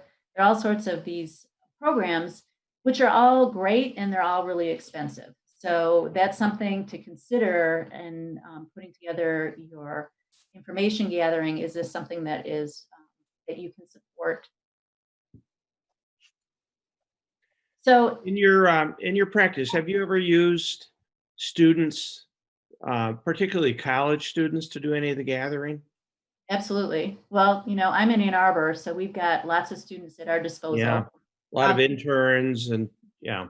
Yeah, I work with a coalition, the Healthy Pontiac We Can Coalition. They use Oakland University students to do Yes. their work. So yeah, Oakland University would be a great resource for you. The key to that is making sure you're really clear about what type of information you're looking for. Class projects have to fit within the professor's curriculum. Yes. So to establish relationships with certain departments at Oakland University, you could really tap into that. Okay. Yep. So key pieces to this process are making sure that you document what you hear. That can be through minutes, it can be through video, Twitter, Facebook. I'm not as familiar with that, but I know a lot of communities are using that. And also making sure that you hear people at meetings. Sometimes the vocal people are the ones that make it into the minutes. So there are lots of techniques that you can use for writing questions out or writing comments that don't require you to be on camera or microphone, that are just as valid and need to be collected. So this process where you identify issues with the community, the challenges and opportunities, hopefully that will lead you to a shared vision with a skilled facilitator. And then from there, you prioritize to community-driven goals for the community and clear objectives so that you end up with a community-supported action plan in the ideal world. I do want to talk a little bit about strategic planning. This is an area that has been adopted by a lot of communities as a part of their planning process. It's the SWOT analysis: strengths, weaknesses, opportunities, and threats. You can spend a lot of time, I'm sure many of you in your businesses have done SWOT analysis, but this is a good place to do it, to engage the community in creating your SWOT analysis, to determine how you're going to build on your strengths, how you're going to address your weaknesses, and then how you're going to take advantage of those opportunities and deal with the threats that you see from an external standpoint. So as you're going through your identification of community issues, make sure you are talking about how land use patterns are connected to community goals. There's a tendency to get lost in the weeds sometimes. It's like, oh, we need more business zoning. Talk about how these are all connected to what you're trying to achieve in your community, which is maybe a larger, more supportive commercial development core, or maybe it's a node of commercial that needs to be developed. think about not just now, solving problems now, but how the community should function in the future. And then, as you probably will, think about the quality of life of your residents. And by all means, listen to what people have to say. So, questions. It seems so easy to identify issues, but it takes a lot of time and a lot of energy to go through that. You're doing Questions? great. Okay, cool. All right, so when you have identified these issues, your next step is to develop goals and objectives. And again, it's kind of that magic mix. You need a facilitator, you need a group to kind of lead everybody through. I do find, and when I taught, my students would, I think a lot of people say goals and objectives in one phrase. They are actually two different things. Goals are broad and establish a tone. Objectives are realistic and achievable aspects of the goal. Both clearly depict a desired future. So, and they can be supported in many ways within the plan. So you take your findings and your background studies and you put them into a goal, which is a statement that describes, usually in general terms, a desired future condition. An objective, a statement that describes a specific future condition that is attained within a stated period of time. And that can be flexible. Not all objectives can be pinned to a certain date. And then a strategy, which is a course of action to implement or to achieve the goals and objectives. So as you see, there's a nesting from the very broadest part down to the most specific. So it helps to be really clear when you're going through this process of what you're talking about. Is it a goal, an objective, or a strategy or an action?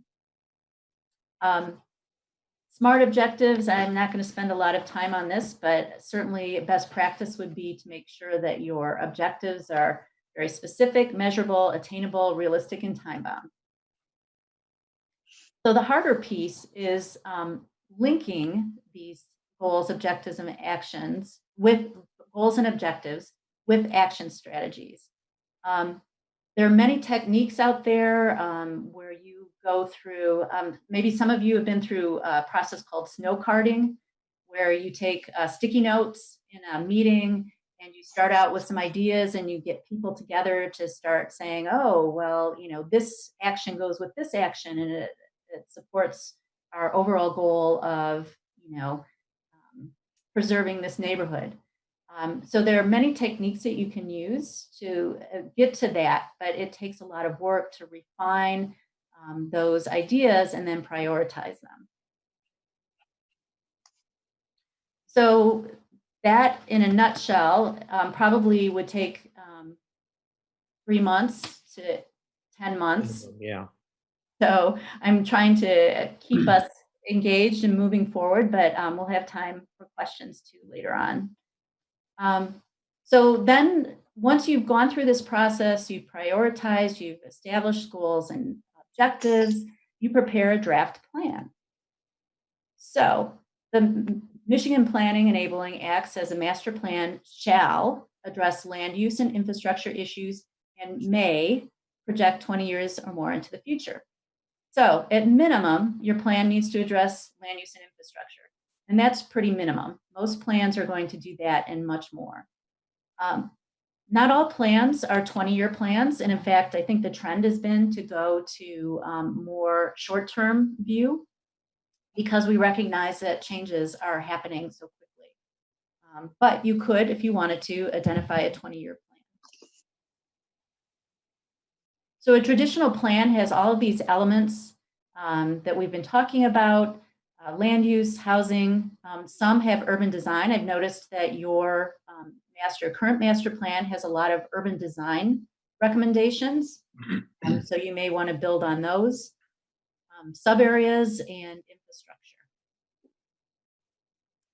So in emerging plan elements that some communities have incorporated, you've already talked about sustainability. Resilience is another aspect of that. The idea that if your community experiences a shock, that it is able to rebound. So COVID would be a great example. But another example is what's happening in many of the Great Lakes coastal communities that are dealing with lake level rises and in many cases inundating residential areas. And so having a plan anticipating that these things might happen and how you recover from them is something that more and more communities are thinking about. That falls also in that hazard mitigation realm. Asset management is something that the state of Michigan is encouraging all communities to take a look at. This kind of overlaps a lot with public works, but the Planning Commission and the plans can be very much involved in identifying what your goals are for a community and for infrastructure investment. So that's something that you might incorporate in addition to. We did do this a couple of years ago. We actually spent a whole year on it with a special committee that evaluated all of the city's infrastructure, made a lot of recommendations, and actually Blaine and his staff, along with the mayor, are putting them into practice right now. They're starting to build. And that's great. And the state of Michigan has created a dashboard for this, so I'm sure you guys are well. We use that quite a bit. Arts and culture is an emerging area that some communities have adopted as a part of their plan because they recognize that that fits in with quality of life. Some communities are taking on local food, trying to support local agriculture. Probably I don't know, whether Rochester is interested in something like that, but certainly we've seen a lot of single family homeowners doing gardening that would be a little bit beyond what we would expect in days past. Probably see a whole lot more of that now than we've seen before. A lot of people feeling like they need to have food close at home. Complete streets is an example. 10 years ago, the state law was amended to say that communities need to start thinking about all modes of transportation when they do transportation projects. So that's something that you may, if you haven't already, include in your plan. Transit-oriented development. This is something I know with all of the discussions about regional transit in Wayne, Oakland, and Macomb, how much investment is going to happen? How is transit going to be incorporated, or if it will be incorporated? That's something that you may want to do some thinking ahead. Missing middle housing is something it sounds like you already have in your plan, the discussion about different types of housing other than a standard single family. This is something that Minneapolis just got a lot of press for getting rid of single family zoning. They did that in a way that they hope will keep the character of these areas by incorporating things like duplexes and fourplexes, but within the scale of the existing fabric of those neighborhoods. Grand Rapids has also done something very similar. So very, very important. You need to have in your plan a zoning plan. It can be a chart, it can be one page, but it is required by the statute to say where zoning is inconsistent with the goals of the master plan and where these need to be changed. And how this is where, the earlier questions, this may be where you articulate, here's how we're going to change what did you call the zones that you've created. So this would be the existing zoning map with all of that other material on there, thinking of the future. Exactly. And recommendations, and it would be good to have a timeline to say, here's the progression, here's where we're starting, here's what we're going to change first. So this is a requirement, though, to have a zoning plan. And I believe your current plan has a zoning plan. Yeah. So questions? All right. Moving to the really I don't think it's that we're missing your material at all. I think you're presenting it very well, and probably a lot of us are daydreaming off into the task we have before. So well, and it's not rocket science. It's something that you've all done. I will talk about the adoption process gets into some procedural issues. So we'll talk about those. We learned from the mayor that in Rochester, the master plan is adopted by city council. And that is fine. It needs to be articulated in your city code somewhere. So it's really clear to someone, who's in charge, who's responsible. So the steps for doing this, the Planning Commission submits, so the Planning Commission creates the plan, even though Yes. the council is going to adopt it. Planning Commission is responsible for pulling all this together and creating it, drafting it. The Planning Commission submits to the legislative body the plan when it's drafted and ready to go. So the legislative body has to approve that plan for distribution to these entities that you noticed earlier in the process. So, if the two bodies are not in alignment, this happened to me. We moved a plan forward from our planning commission to our city council, and they did not want to distribute it because they felt that it didn't cover things in the way that they wanted it. So they sent it back to the planning commission. Hopefully you don't have that happen. Hopefully you have good communication. How many iterations did you go through? 2. Okay. Yep, 2. It was very painful because we had to renotice everything every time. And yeah, it got to be pretty long. But in this case, I don't anticipate you will have that problem. You will then send out the draft plan. Oh, so the council actually passes a resolution to distribute the plan that gets sent to these entities that you're required to, hopefully electronically. They have to agree to those being sent electronically rather than in paper form. And then they have a review process and a time period that they're given before you can, at the Planning Commission, hold your public hearing and your public review itself. So at that point, Planning Commission, after you hold your public hearing, you vote to either adopt the plan or recommend the plan to the legislative body. In your case, it's going to be the latter. So you still have a role. Hopefully, again, you're all in alignment. So here's that flow chart that I showed earlier. Started with the notice of intent to plan. You created the master plan. You drafted and submitted it to council. The council authorized distribution of the draft, and then it went out to these entities. If it is a full new plan, those entities have 63 days to provide you with comments. If it's just an amendment, those entities have 42 days to review the changes. So in that time period, it's kind of a quiet time period. There's nothing that says, you could hold your public hearing during that time period. The problem is if you get comments from these entities, they won't necessarily be available for the public to consider when they're making their comments. So best practice would be to wait, but you don't have to. Then the Planning Commission needs to hold a public hearing on the draft plan.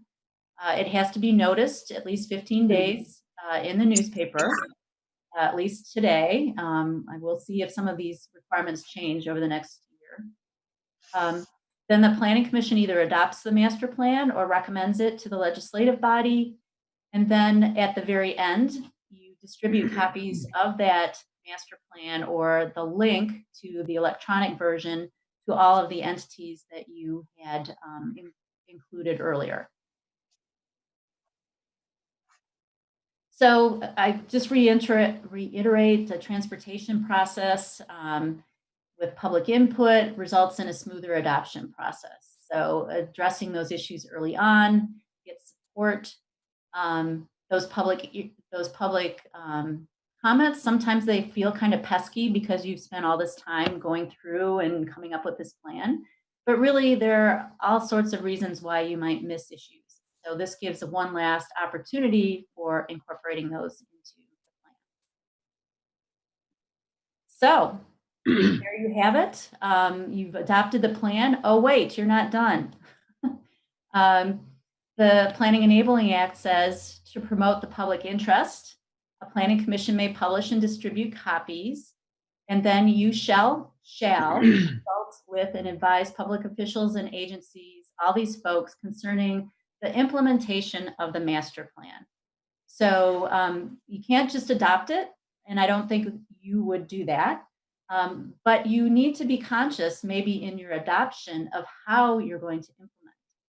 So many master plans will have a matrix of the recommendations, whether they're action strategies, with assigned responsibility and a time frame.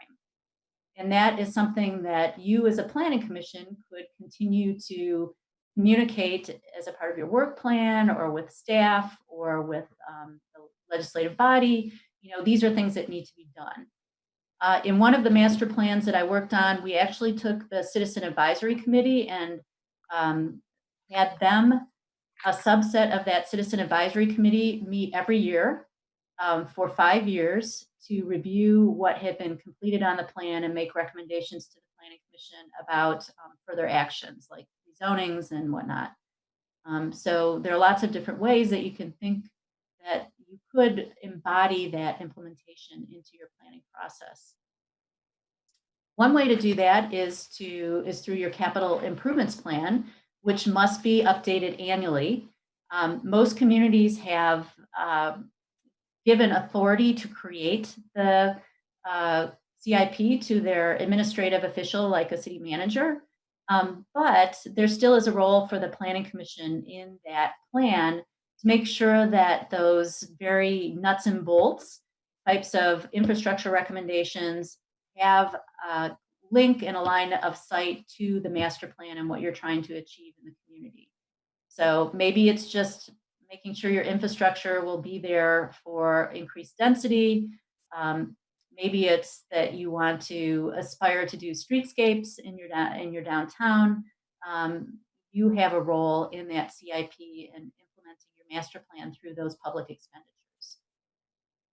And we also have some training on that if you're interested. Okay. So in summation, the Planning Commission for implementation should promote plan implementation, help shape development of any programs that come out of that plan, monitor and evaluate the goals, objectives, and actions. So this could be an annual activity. You need to amend and or adopt the zoning ordinance based on those recommendations, and keep those priorities on the table and find ways to move forward. Maybe when things don't go the way you anticipated, maybe you talk about tweaking the recommendations in some way. Oh, and by the way, you review your master plan every 5 years. Very good. So this is a list of the ways that you can implement your master plan, and I think you're pretty familiar with all of these. So, questions, comments? Are you aware of any current activity, and I know COVID sets us back, but any current activity at the state level, legislatively or executively, to update either the Zoning Enabling Act or the Planning Act? There is nothing at the legislative level. We have a working committee between MAP, the Michigan Municipal League, and the Michigan Townships Association that meets periodically to anticipate what the next round of amendments might be. So right now, we don't have to be overly aware or wary of anything coming down the road as we step into this process. Well, what you need to be aware of is that the legislature, many of whom do not have a good grasp of the Planning Enabling Act and what's behind it, often come up with amendments like the most recent has been proposed on short-term rentals. So there have been efforts to amend the acts for very specific reasons. The other one is gravel mining, which doesn't affect us here, but does another community I'm involved with, which would really tip things over. But that's what I'm worried about. Is there anything out there that right now the short-term rental is the one that's out there, okay, the most immediate. It may be a while before it comes back, but then again, if the legislature is wanting to kickstart tourism, they may preempt local regulation of short-term rentals. Okay. All right. All right. Hopefully you're all still there. I can only see like 4 or 5 of you unless I scroll down. Actually, I'm going to stop my share so I can see all of you. This has been very helpful. Most of us have not been through formation of a plan. Okay. Most of us, this will be the first time we're through reviewing an existing plan. David, are you still on here? We have one planning commission member who I think has been on for 25 years, who's been through all of this. And he's an architect. So, I mean, he's been just a tremendous anchor for us. Yeah, that's I'm here, Chairman. But then, Mr. Mayor, I remember not too long ago, you were a rookie on the council, and now all of a sudden you're the seasoned senior citizen. Right. And I've been cumulative, of course, not like Mr. Gasson, who I would say Mr. Gasson is about the only person in the city anymore who's been around longer than I have. Yeah. But I'm getting old. that's right. But There he is. I like to say it's a consistency of character. yes. Thank you. I appreciate that, Mr. Mayor. But and NVIDIA has been around for a pretty long time as well. But one comment I did have was,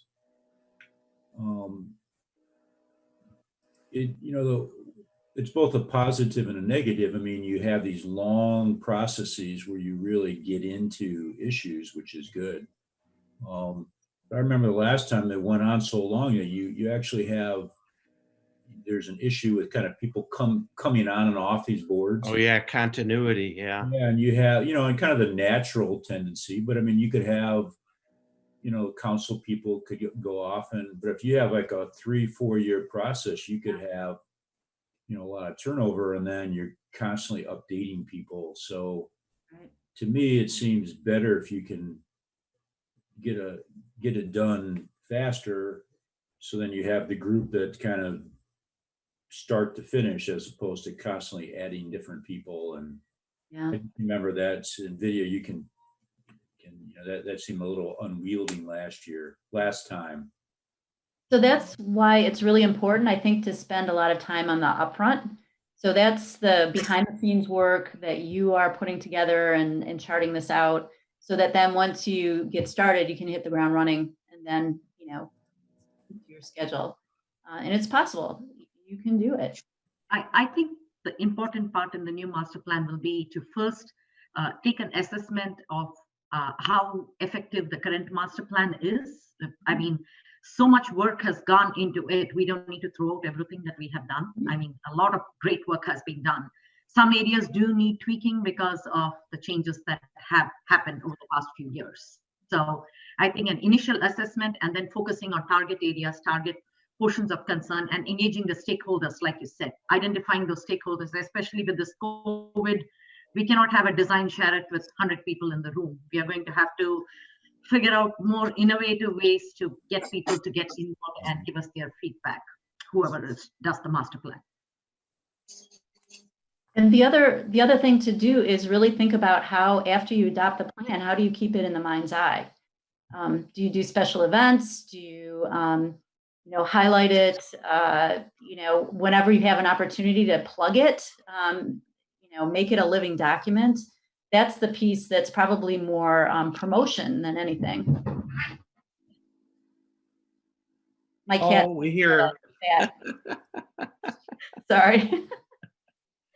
Well, I mean, I think we think about the master plan maybe on the planning commission, but after that, I don't think it gets around very much. Mm-hmm. Do you think the city council members are up to speed on it, aware of it? Maybe some, but it's a very good point. Yeah. And again, we happen to have a number of newer council members right now who would have benefited from this tonight, wouldn't they? Possibly. Yeah. Do you do an orientation for your new council members when they get elected? Yeah, you get elected and then you're on the city council, I think. Well, we did a government 101 this year. That's right. Okay. That's right. We do have that. Yeah, so that's a great way, maybe just have the planning chair come in for 15 minutes and say, here's what our plan, here's where you find our master plan, here's what it says. You know, we gave them copies of our budget and our policies and the master plan, which was the 2014 one, is the current one. Has been noted several times. We spent a lot of time, once I started in, I want to say November of 15 through the last 4 years on trying to work through the last one. So there's a lot of good, valuable work that's been done. So, and I can see Vidya nodding her head, and I'm sure if Nick's still on here, he's in agreement too. So there's some heavy lifting that's been done. There's still definitely a lot more work to be done. As it's been noted, the city has also changed quite a bit as well. Yes. I think we can speed. Sorry. I'm a resident and a member of the Planning Commission, but I think we're very lucky here. We have staff who, they don't try to snow us. I mean, they're deeply involved here. I don't know if you know Nick Banda, Wendy, but he was the planner from Southfield for 2 or 3 generations. And but Gee, thanks. Yeah.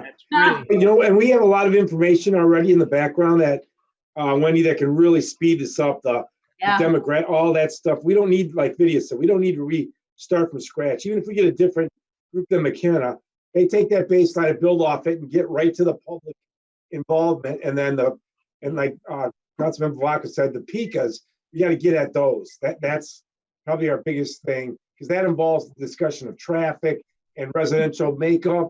And we got to get buy-in from the community and our elected leaders and appointed planning commissioners to understand what the world is like today in the millennial world, in the senior world, not remember and worry about what the past, what renters meant versus homeowners. That whole dynamic is different now.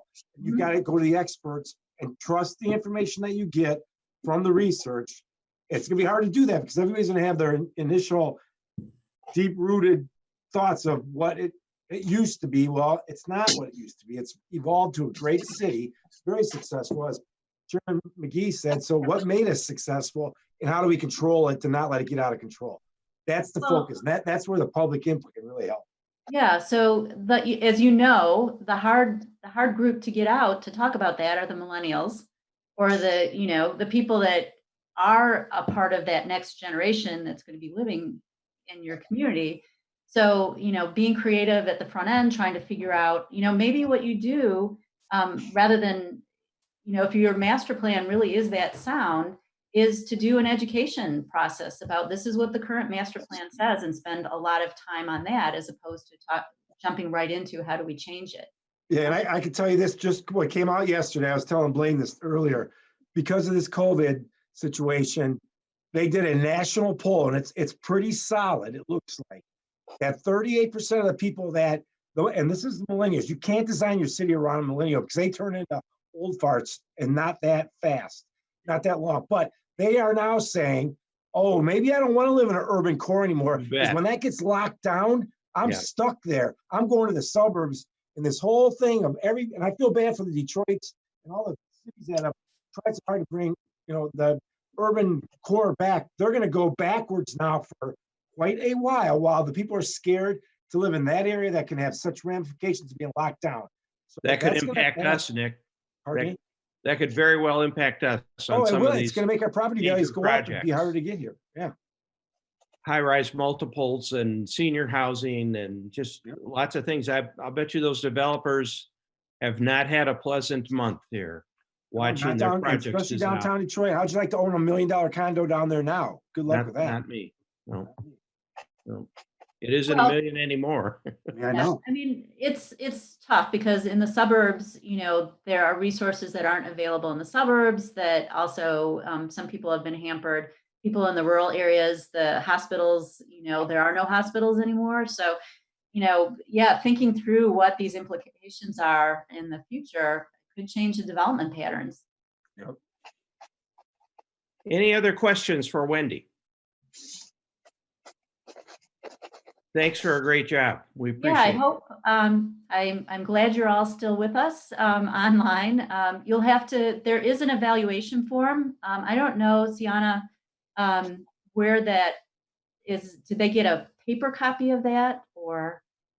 I don't think we have it, but the evaluation form within the packet, just the book order form, but there was no evaluation form. Okay, so probably what I'll do is I'll send Sienna a link to our SurveyMonkey survey. So it because, can be completed online, yeah. because doesn't I have to think- be mailed or, Nope, complete online, because this is the first one of our training with an individual community that we've done online. So very please good. be honest, what worked, what didn't work. I think you did, technical issues were great. Thank you, Sienna, and your colleague. It was really smooth. But yeah, I'd really be interested in your feedback. I'll just tell you that you've done well. I mean, we've seen a lot of this stuff now, particularly watching the newscasts. And you notice all the long pauses in there? They don't quite have it down yet. And Yeah. this flowed very nicely for me. I thought you did a great job. All right, good. Thanks. Thanks. I wish you a lot of luck in your efforts, but you've got a great start. I think you Say hi to Madonna next time you see her. We'll. Yeah. Okay. Thanks. Okay, Wendy. All right. I'm Thanks so gonna leave much. now. Thank you. Goodbye. Bye. Okay, moving right along here. The next item is miscellaneous, and I don't know if anybody has any miscellany at this point. Public comment. I'll open that up again. Sienna, did anyone call, or do we have any comments? They were on prior to the break, but no one has since joined again. Okay. All right, Sienna, I'm going to give this next to you. This item number 8, upcoming agenda items. I think you have some input to give us on that. Yes, so I will start to put upcoming agenda items as we get them. Obviously, things may change considering the date and time and COVID. So next up, we will have a report from Vidya. It will be an intro to the infill development discussion. It won't be the whole thing, only because we want to address that at the joint planning and city council meeting as well. But it'll give you guys a little background information and things that they have come up with since the last time this was on the agenda. In addition, the CDBG City Hall vestibule project may or may not be on the upcoming agenda, but we basically, to get you guys to approve it, we'll have plans for the City Hall vestibule project, which is also CDBG related. Okay, thank you. And Video will also be providing a risk management refresher as far as just going over things that are appropriate for you guys to consider when a developer comes, what you guys are bound to do by law, considering you guys are planning commission. If it's in the zoning, if it's in the zoning ordinance, like you can't just say, no, we're not going to approve this, and she'll just go over that, probably a good 15-20 minute refresher. Okay, that would be good. Nick, I know you maybe you're not prepared for this, but maybe you and Vidya, I mean, this COVID thing has obviously knocked everybody silly. I'm just curious to what you're hearing from the street, from all these people that were clamoring to get in front of us. Yeah, so pretty much silence. Now, I will tell you this, that I've met with three different developers. So remember the Greg Schneider piece on Maywood and Glendale on North Main? Greg lost Yes. twice. He's gone through this and failed. He's taken another shot at it himself, potentially to come back with just pure residential brownstones. I talked to him on Saturday, actually. We talked for quite a while. And so the Randazzo, we told him he cannot come back until the public can be physically at the meeting. It's too controversial. The overlook, is going through final engineering plans. Heard nothing from O'Sherry. Mr. Rewald will be bringing forward. I expected it last Friday, but I didn't get it in yet. A development for the elevator site, a pure office building. He's got 2 tenants that are very interested. It would be a special project. He knows there's been discussion about the moratorium, et cetera. So I expect him to file that quickly here, and we'll have to deal with that. That's where we got the $1 million grant from the state. The state's pushing us to. Will that be a ground floor parking? I know that's a contamination site. Yep, so they have, it's up there, we got $1 million grant already, potentially for the site cleanup, to help clean up that site. So he would just not touch the ground, cap it, park on the first floor. Right now, it's a 3-story building, maybe 4, smaller than Sunrise. Saw preliminary plans. I told him he's got to at least come in for a discussion with you guys before he spends a lot of money drawing. We've Will already the seen this elevator with- be moved as previously planned? He would donate it, and then it's up to us to do what we want to do with it. It can't be moved. It's got to be taken down and stored. It just can't be moved anymore. It's really in bad shape. So we've Okay. got a bid on that already, what to do. So that would be a city council item. I'm And then- encouraged to hear that things are still moving along. Oh, yeah, and then Tide Cleaners probably was gonna get their permit tomorrow, so they're gonna start the demo of the gun shop. That's moving forward. The inside of the cupcake station is gonna get redone. We're still working with Dakatala on finalizing his plans to get the video so that we can bring that back. So it's still crazy. which What's is the a good thing. cupcake station? They partner with Blake's Orchards, and they're gonna, nothing for you guys on the outside, they're gutting the hole inside. They're gonna make it a really cool cupcake station, Blake's, combination. It's called like 1947 or something. There's one in Birmingham, one in Northville, and ours, and they're renovating them all. So Sit-down restaurant? it's it's more like the cupcake station with lots of other items, and it's much fancier. It's really, really nice. Ah, interesting. And then the guys pulled up permits for the second floor of the infill at like 407 North Main. So it hasn't slowed down, and they're getting ready to. It seems like the attitude is, hey, we're gonna somehow get out of this and we're gonna move forward. So you won't be bored in the next 6 months, I can tell you that, which is why we gotta stay on this master plan. Very And for good. the government's orders, for the governor's orders, commercial and residential construction can resume tomorrow, May 7th. May 7th, yeah. Yeah, which is, oh, That's I'm only the 4th. looking at it upside. Yeah, May 7th. Thursday. So, I'm sure all the people who have been waiting in line for their permits and for their building approval will all be lining up because they're losing. What we've been doing is Randy's here and we're issuing permits, but they all say you can't start until the governor says you can.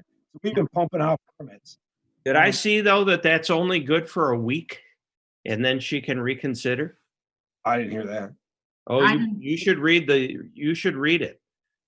Based on the data that she gets back after it opens on Wednesday, it's subject to her review again on the 15th. Oh. Interesting. Chairman, can I make a comment, or is Nick done? Please do. I'm done. Yeah, I would just say, like that Randazzo project, I'm all for it happening at a public meeting, but right now there's not really any plan to not be virtual meetings, and these are open, legal meetings. So I don't know that, I don't know that we can stop somebody from coming to a planning commission meeting legally. So I don't know if Attorney Jeff Kroc is there, but these are real meetings, and people can come to these. Well, we would be glad to have him back. Staff would, I can tell you that. And so I'll give you a quick update. So he called me after the last meeting. I know Mary talked to you, and then he read what was going on in the tea leaves, and he's made some minor tweaks. And the comment was, I am not going to submit video full plans. That's 10 grand if I redraw. I want the planning commission to give me a nod. They like this latest compromise before I draw. And I said, Tony, you're way past that. Video needs to review it and all the ramifications of it. Just because you knock off 2 units and move it back 5 feet, we need to see that. And so it's up to him now. Either redraw all the drawings or come back for another discussion item. If you guys want him to do that, he could do I that. see no value in discussing this again. If he's got a plan, bring the plan. That's exactly what I told him, and he has not brought it back yet. Jeff, did you have a comment? Yeah, just in response to these are legal meetings. They don't have to be anything different than in person. They're ready to go. So it's just up to the city as to what goes on them. So there's no legal requirement to hold them till the public gets here. They're meetings. Okay, thank you. So that I mean, I think we want to have the meetings back at City Hall, but we're not going to do that until we think it's safe and people will want to, so that's where we are. Okay, as soon as he brings in plans, we can put them on. Yeah, I mean, I don't know how other people feel, but I mean, if we're having a planning commission meeting. I see what you're saying, Mayor. I don't want to get into a spot where somebody says we denied them process. Right. And as Jeff is saying, these are legal meetings, and yeah, it's challenging, but so be it. If you want a decision, bring it forward. Right. I mean, if I thought these were gonna, starting June 1st, we were done with these, I'd say, yeah, okay, wait and have it, but we don't know. Right. That's all. I think it's important to note though that he hasn't brought in the plans for us to then have that next iteration yet. Right. So I mean, it sounded like Nick kind of was like, well, don't bring it until we come back, and it's well, that's kind of that's how it was a month ago. We were told we're not putting a controversial event with 100 people there on a big virtual meeting. That was after the first one. But if you all feel different now, I'll be glad to call them tomorrow and say, let's go. What you'll have to do is full set of drawings, and then still got to go to city council for another public hearing. Right.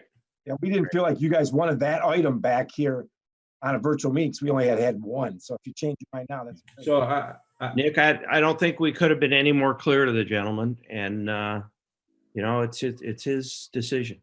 Okay. Right. So I mean, I don't know if other people have different opinions, but I agree. I'd say if he wants to come back, I wouldn't want to prevent him from doing that. But I do think that the burden's going to be on him in this type of virtual environment to clearly show what he's done, what he's changed. We're in a little different environment than when we're there in person.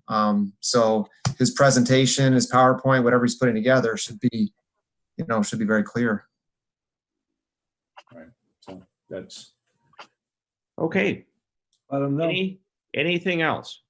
I'm just going to say that in terms of like getting back together for in-person meetings, just from my personal perspective, how did you get that background behind you? Oh, that's a picture from my cottage. It's very cool. Yeah, so I just threw it up there. Personally, I've got a pre-existing condition. I have pretty bad asthma, and I'm going to avoid sitting shoulder to shoulder with you guys. I mean, as much as I love all of you. I know. Same here. I love you, but you're out of here. So as long as the numbers are telling me that there's still an issue out there, I'm going to do what I can to avoid it. I think the idea of waiting for everyone to feel comfortable or for us to open up in-person meetings might not be the best plan. We might have to move things forward in this environment. So, thanks. Okay. Any other business? I just want to thank Sienna and James for doing a great job putting this together. It's getting seamless, and I mean, I don't like it either, but we're doing okay. We're moving the ball, and I think that's really important. So, thank you both very much for making sure this is all set up and it works so well. And Dennis, welcome back to Michigan. Thank you. Never thought I'd say I'd be glad to be back when it's still they're talking about snow Friday. You did see that, right? No. I did. I already planted my vegetables. They're talking about snow Friday. So be careful. Good seeing you all. We'll see you in a month, if not before. And please stay healthy. And this meeting is adjourned. Thank you, Dennis. Thank you. Thank you. Bye, everyone. Thank you.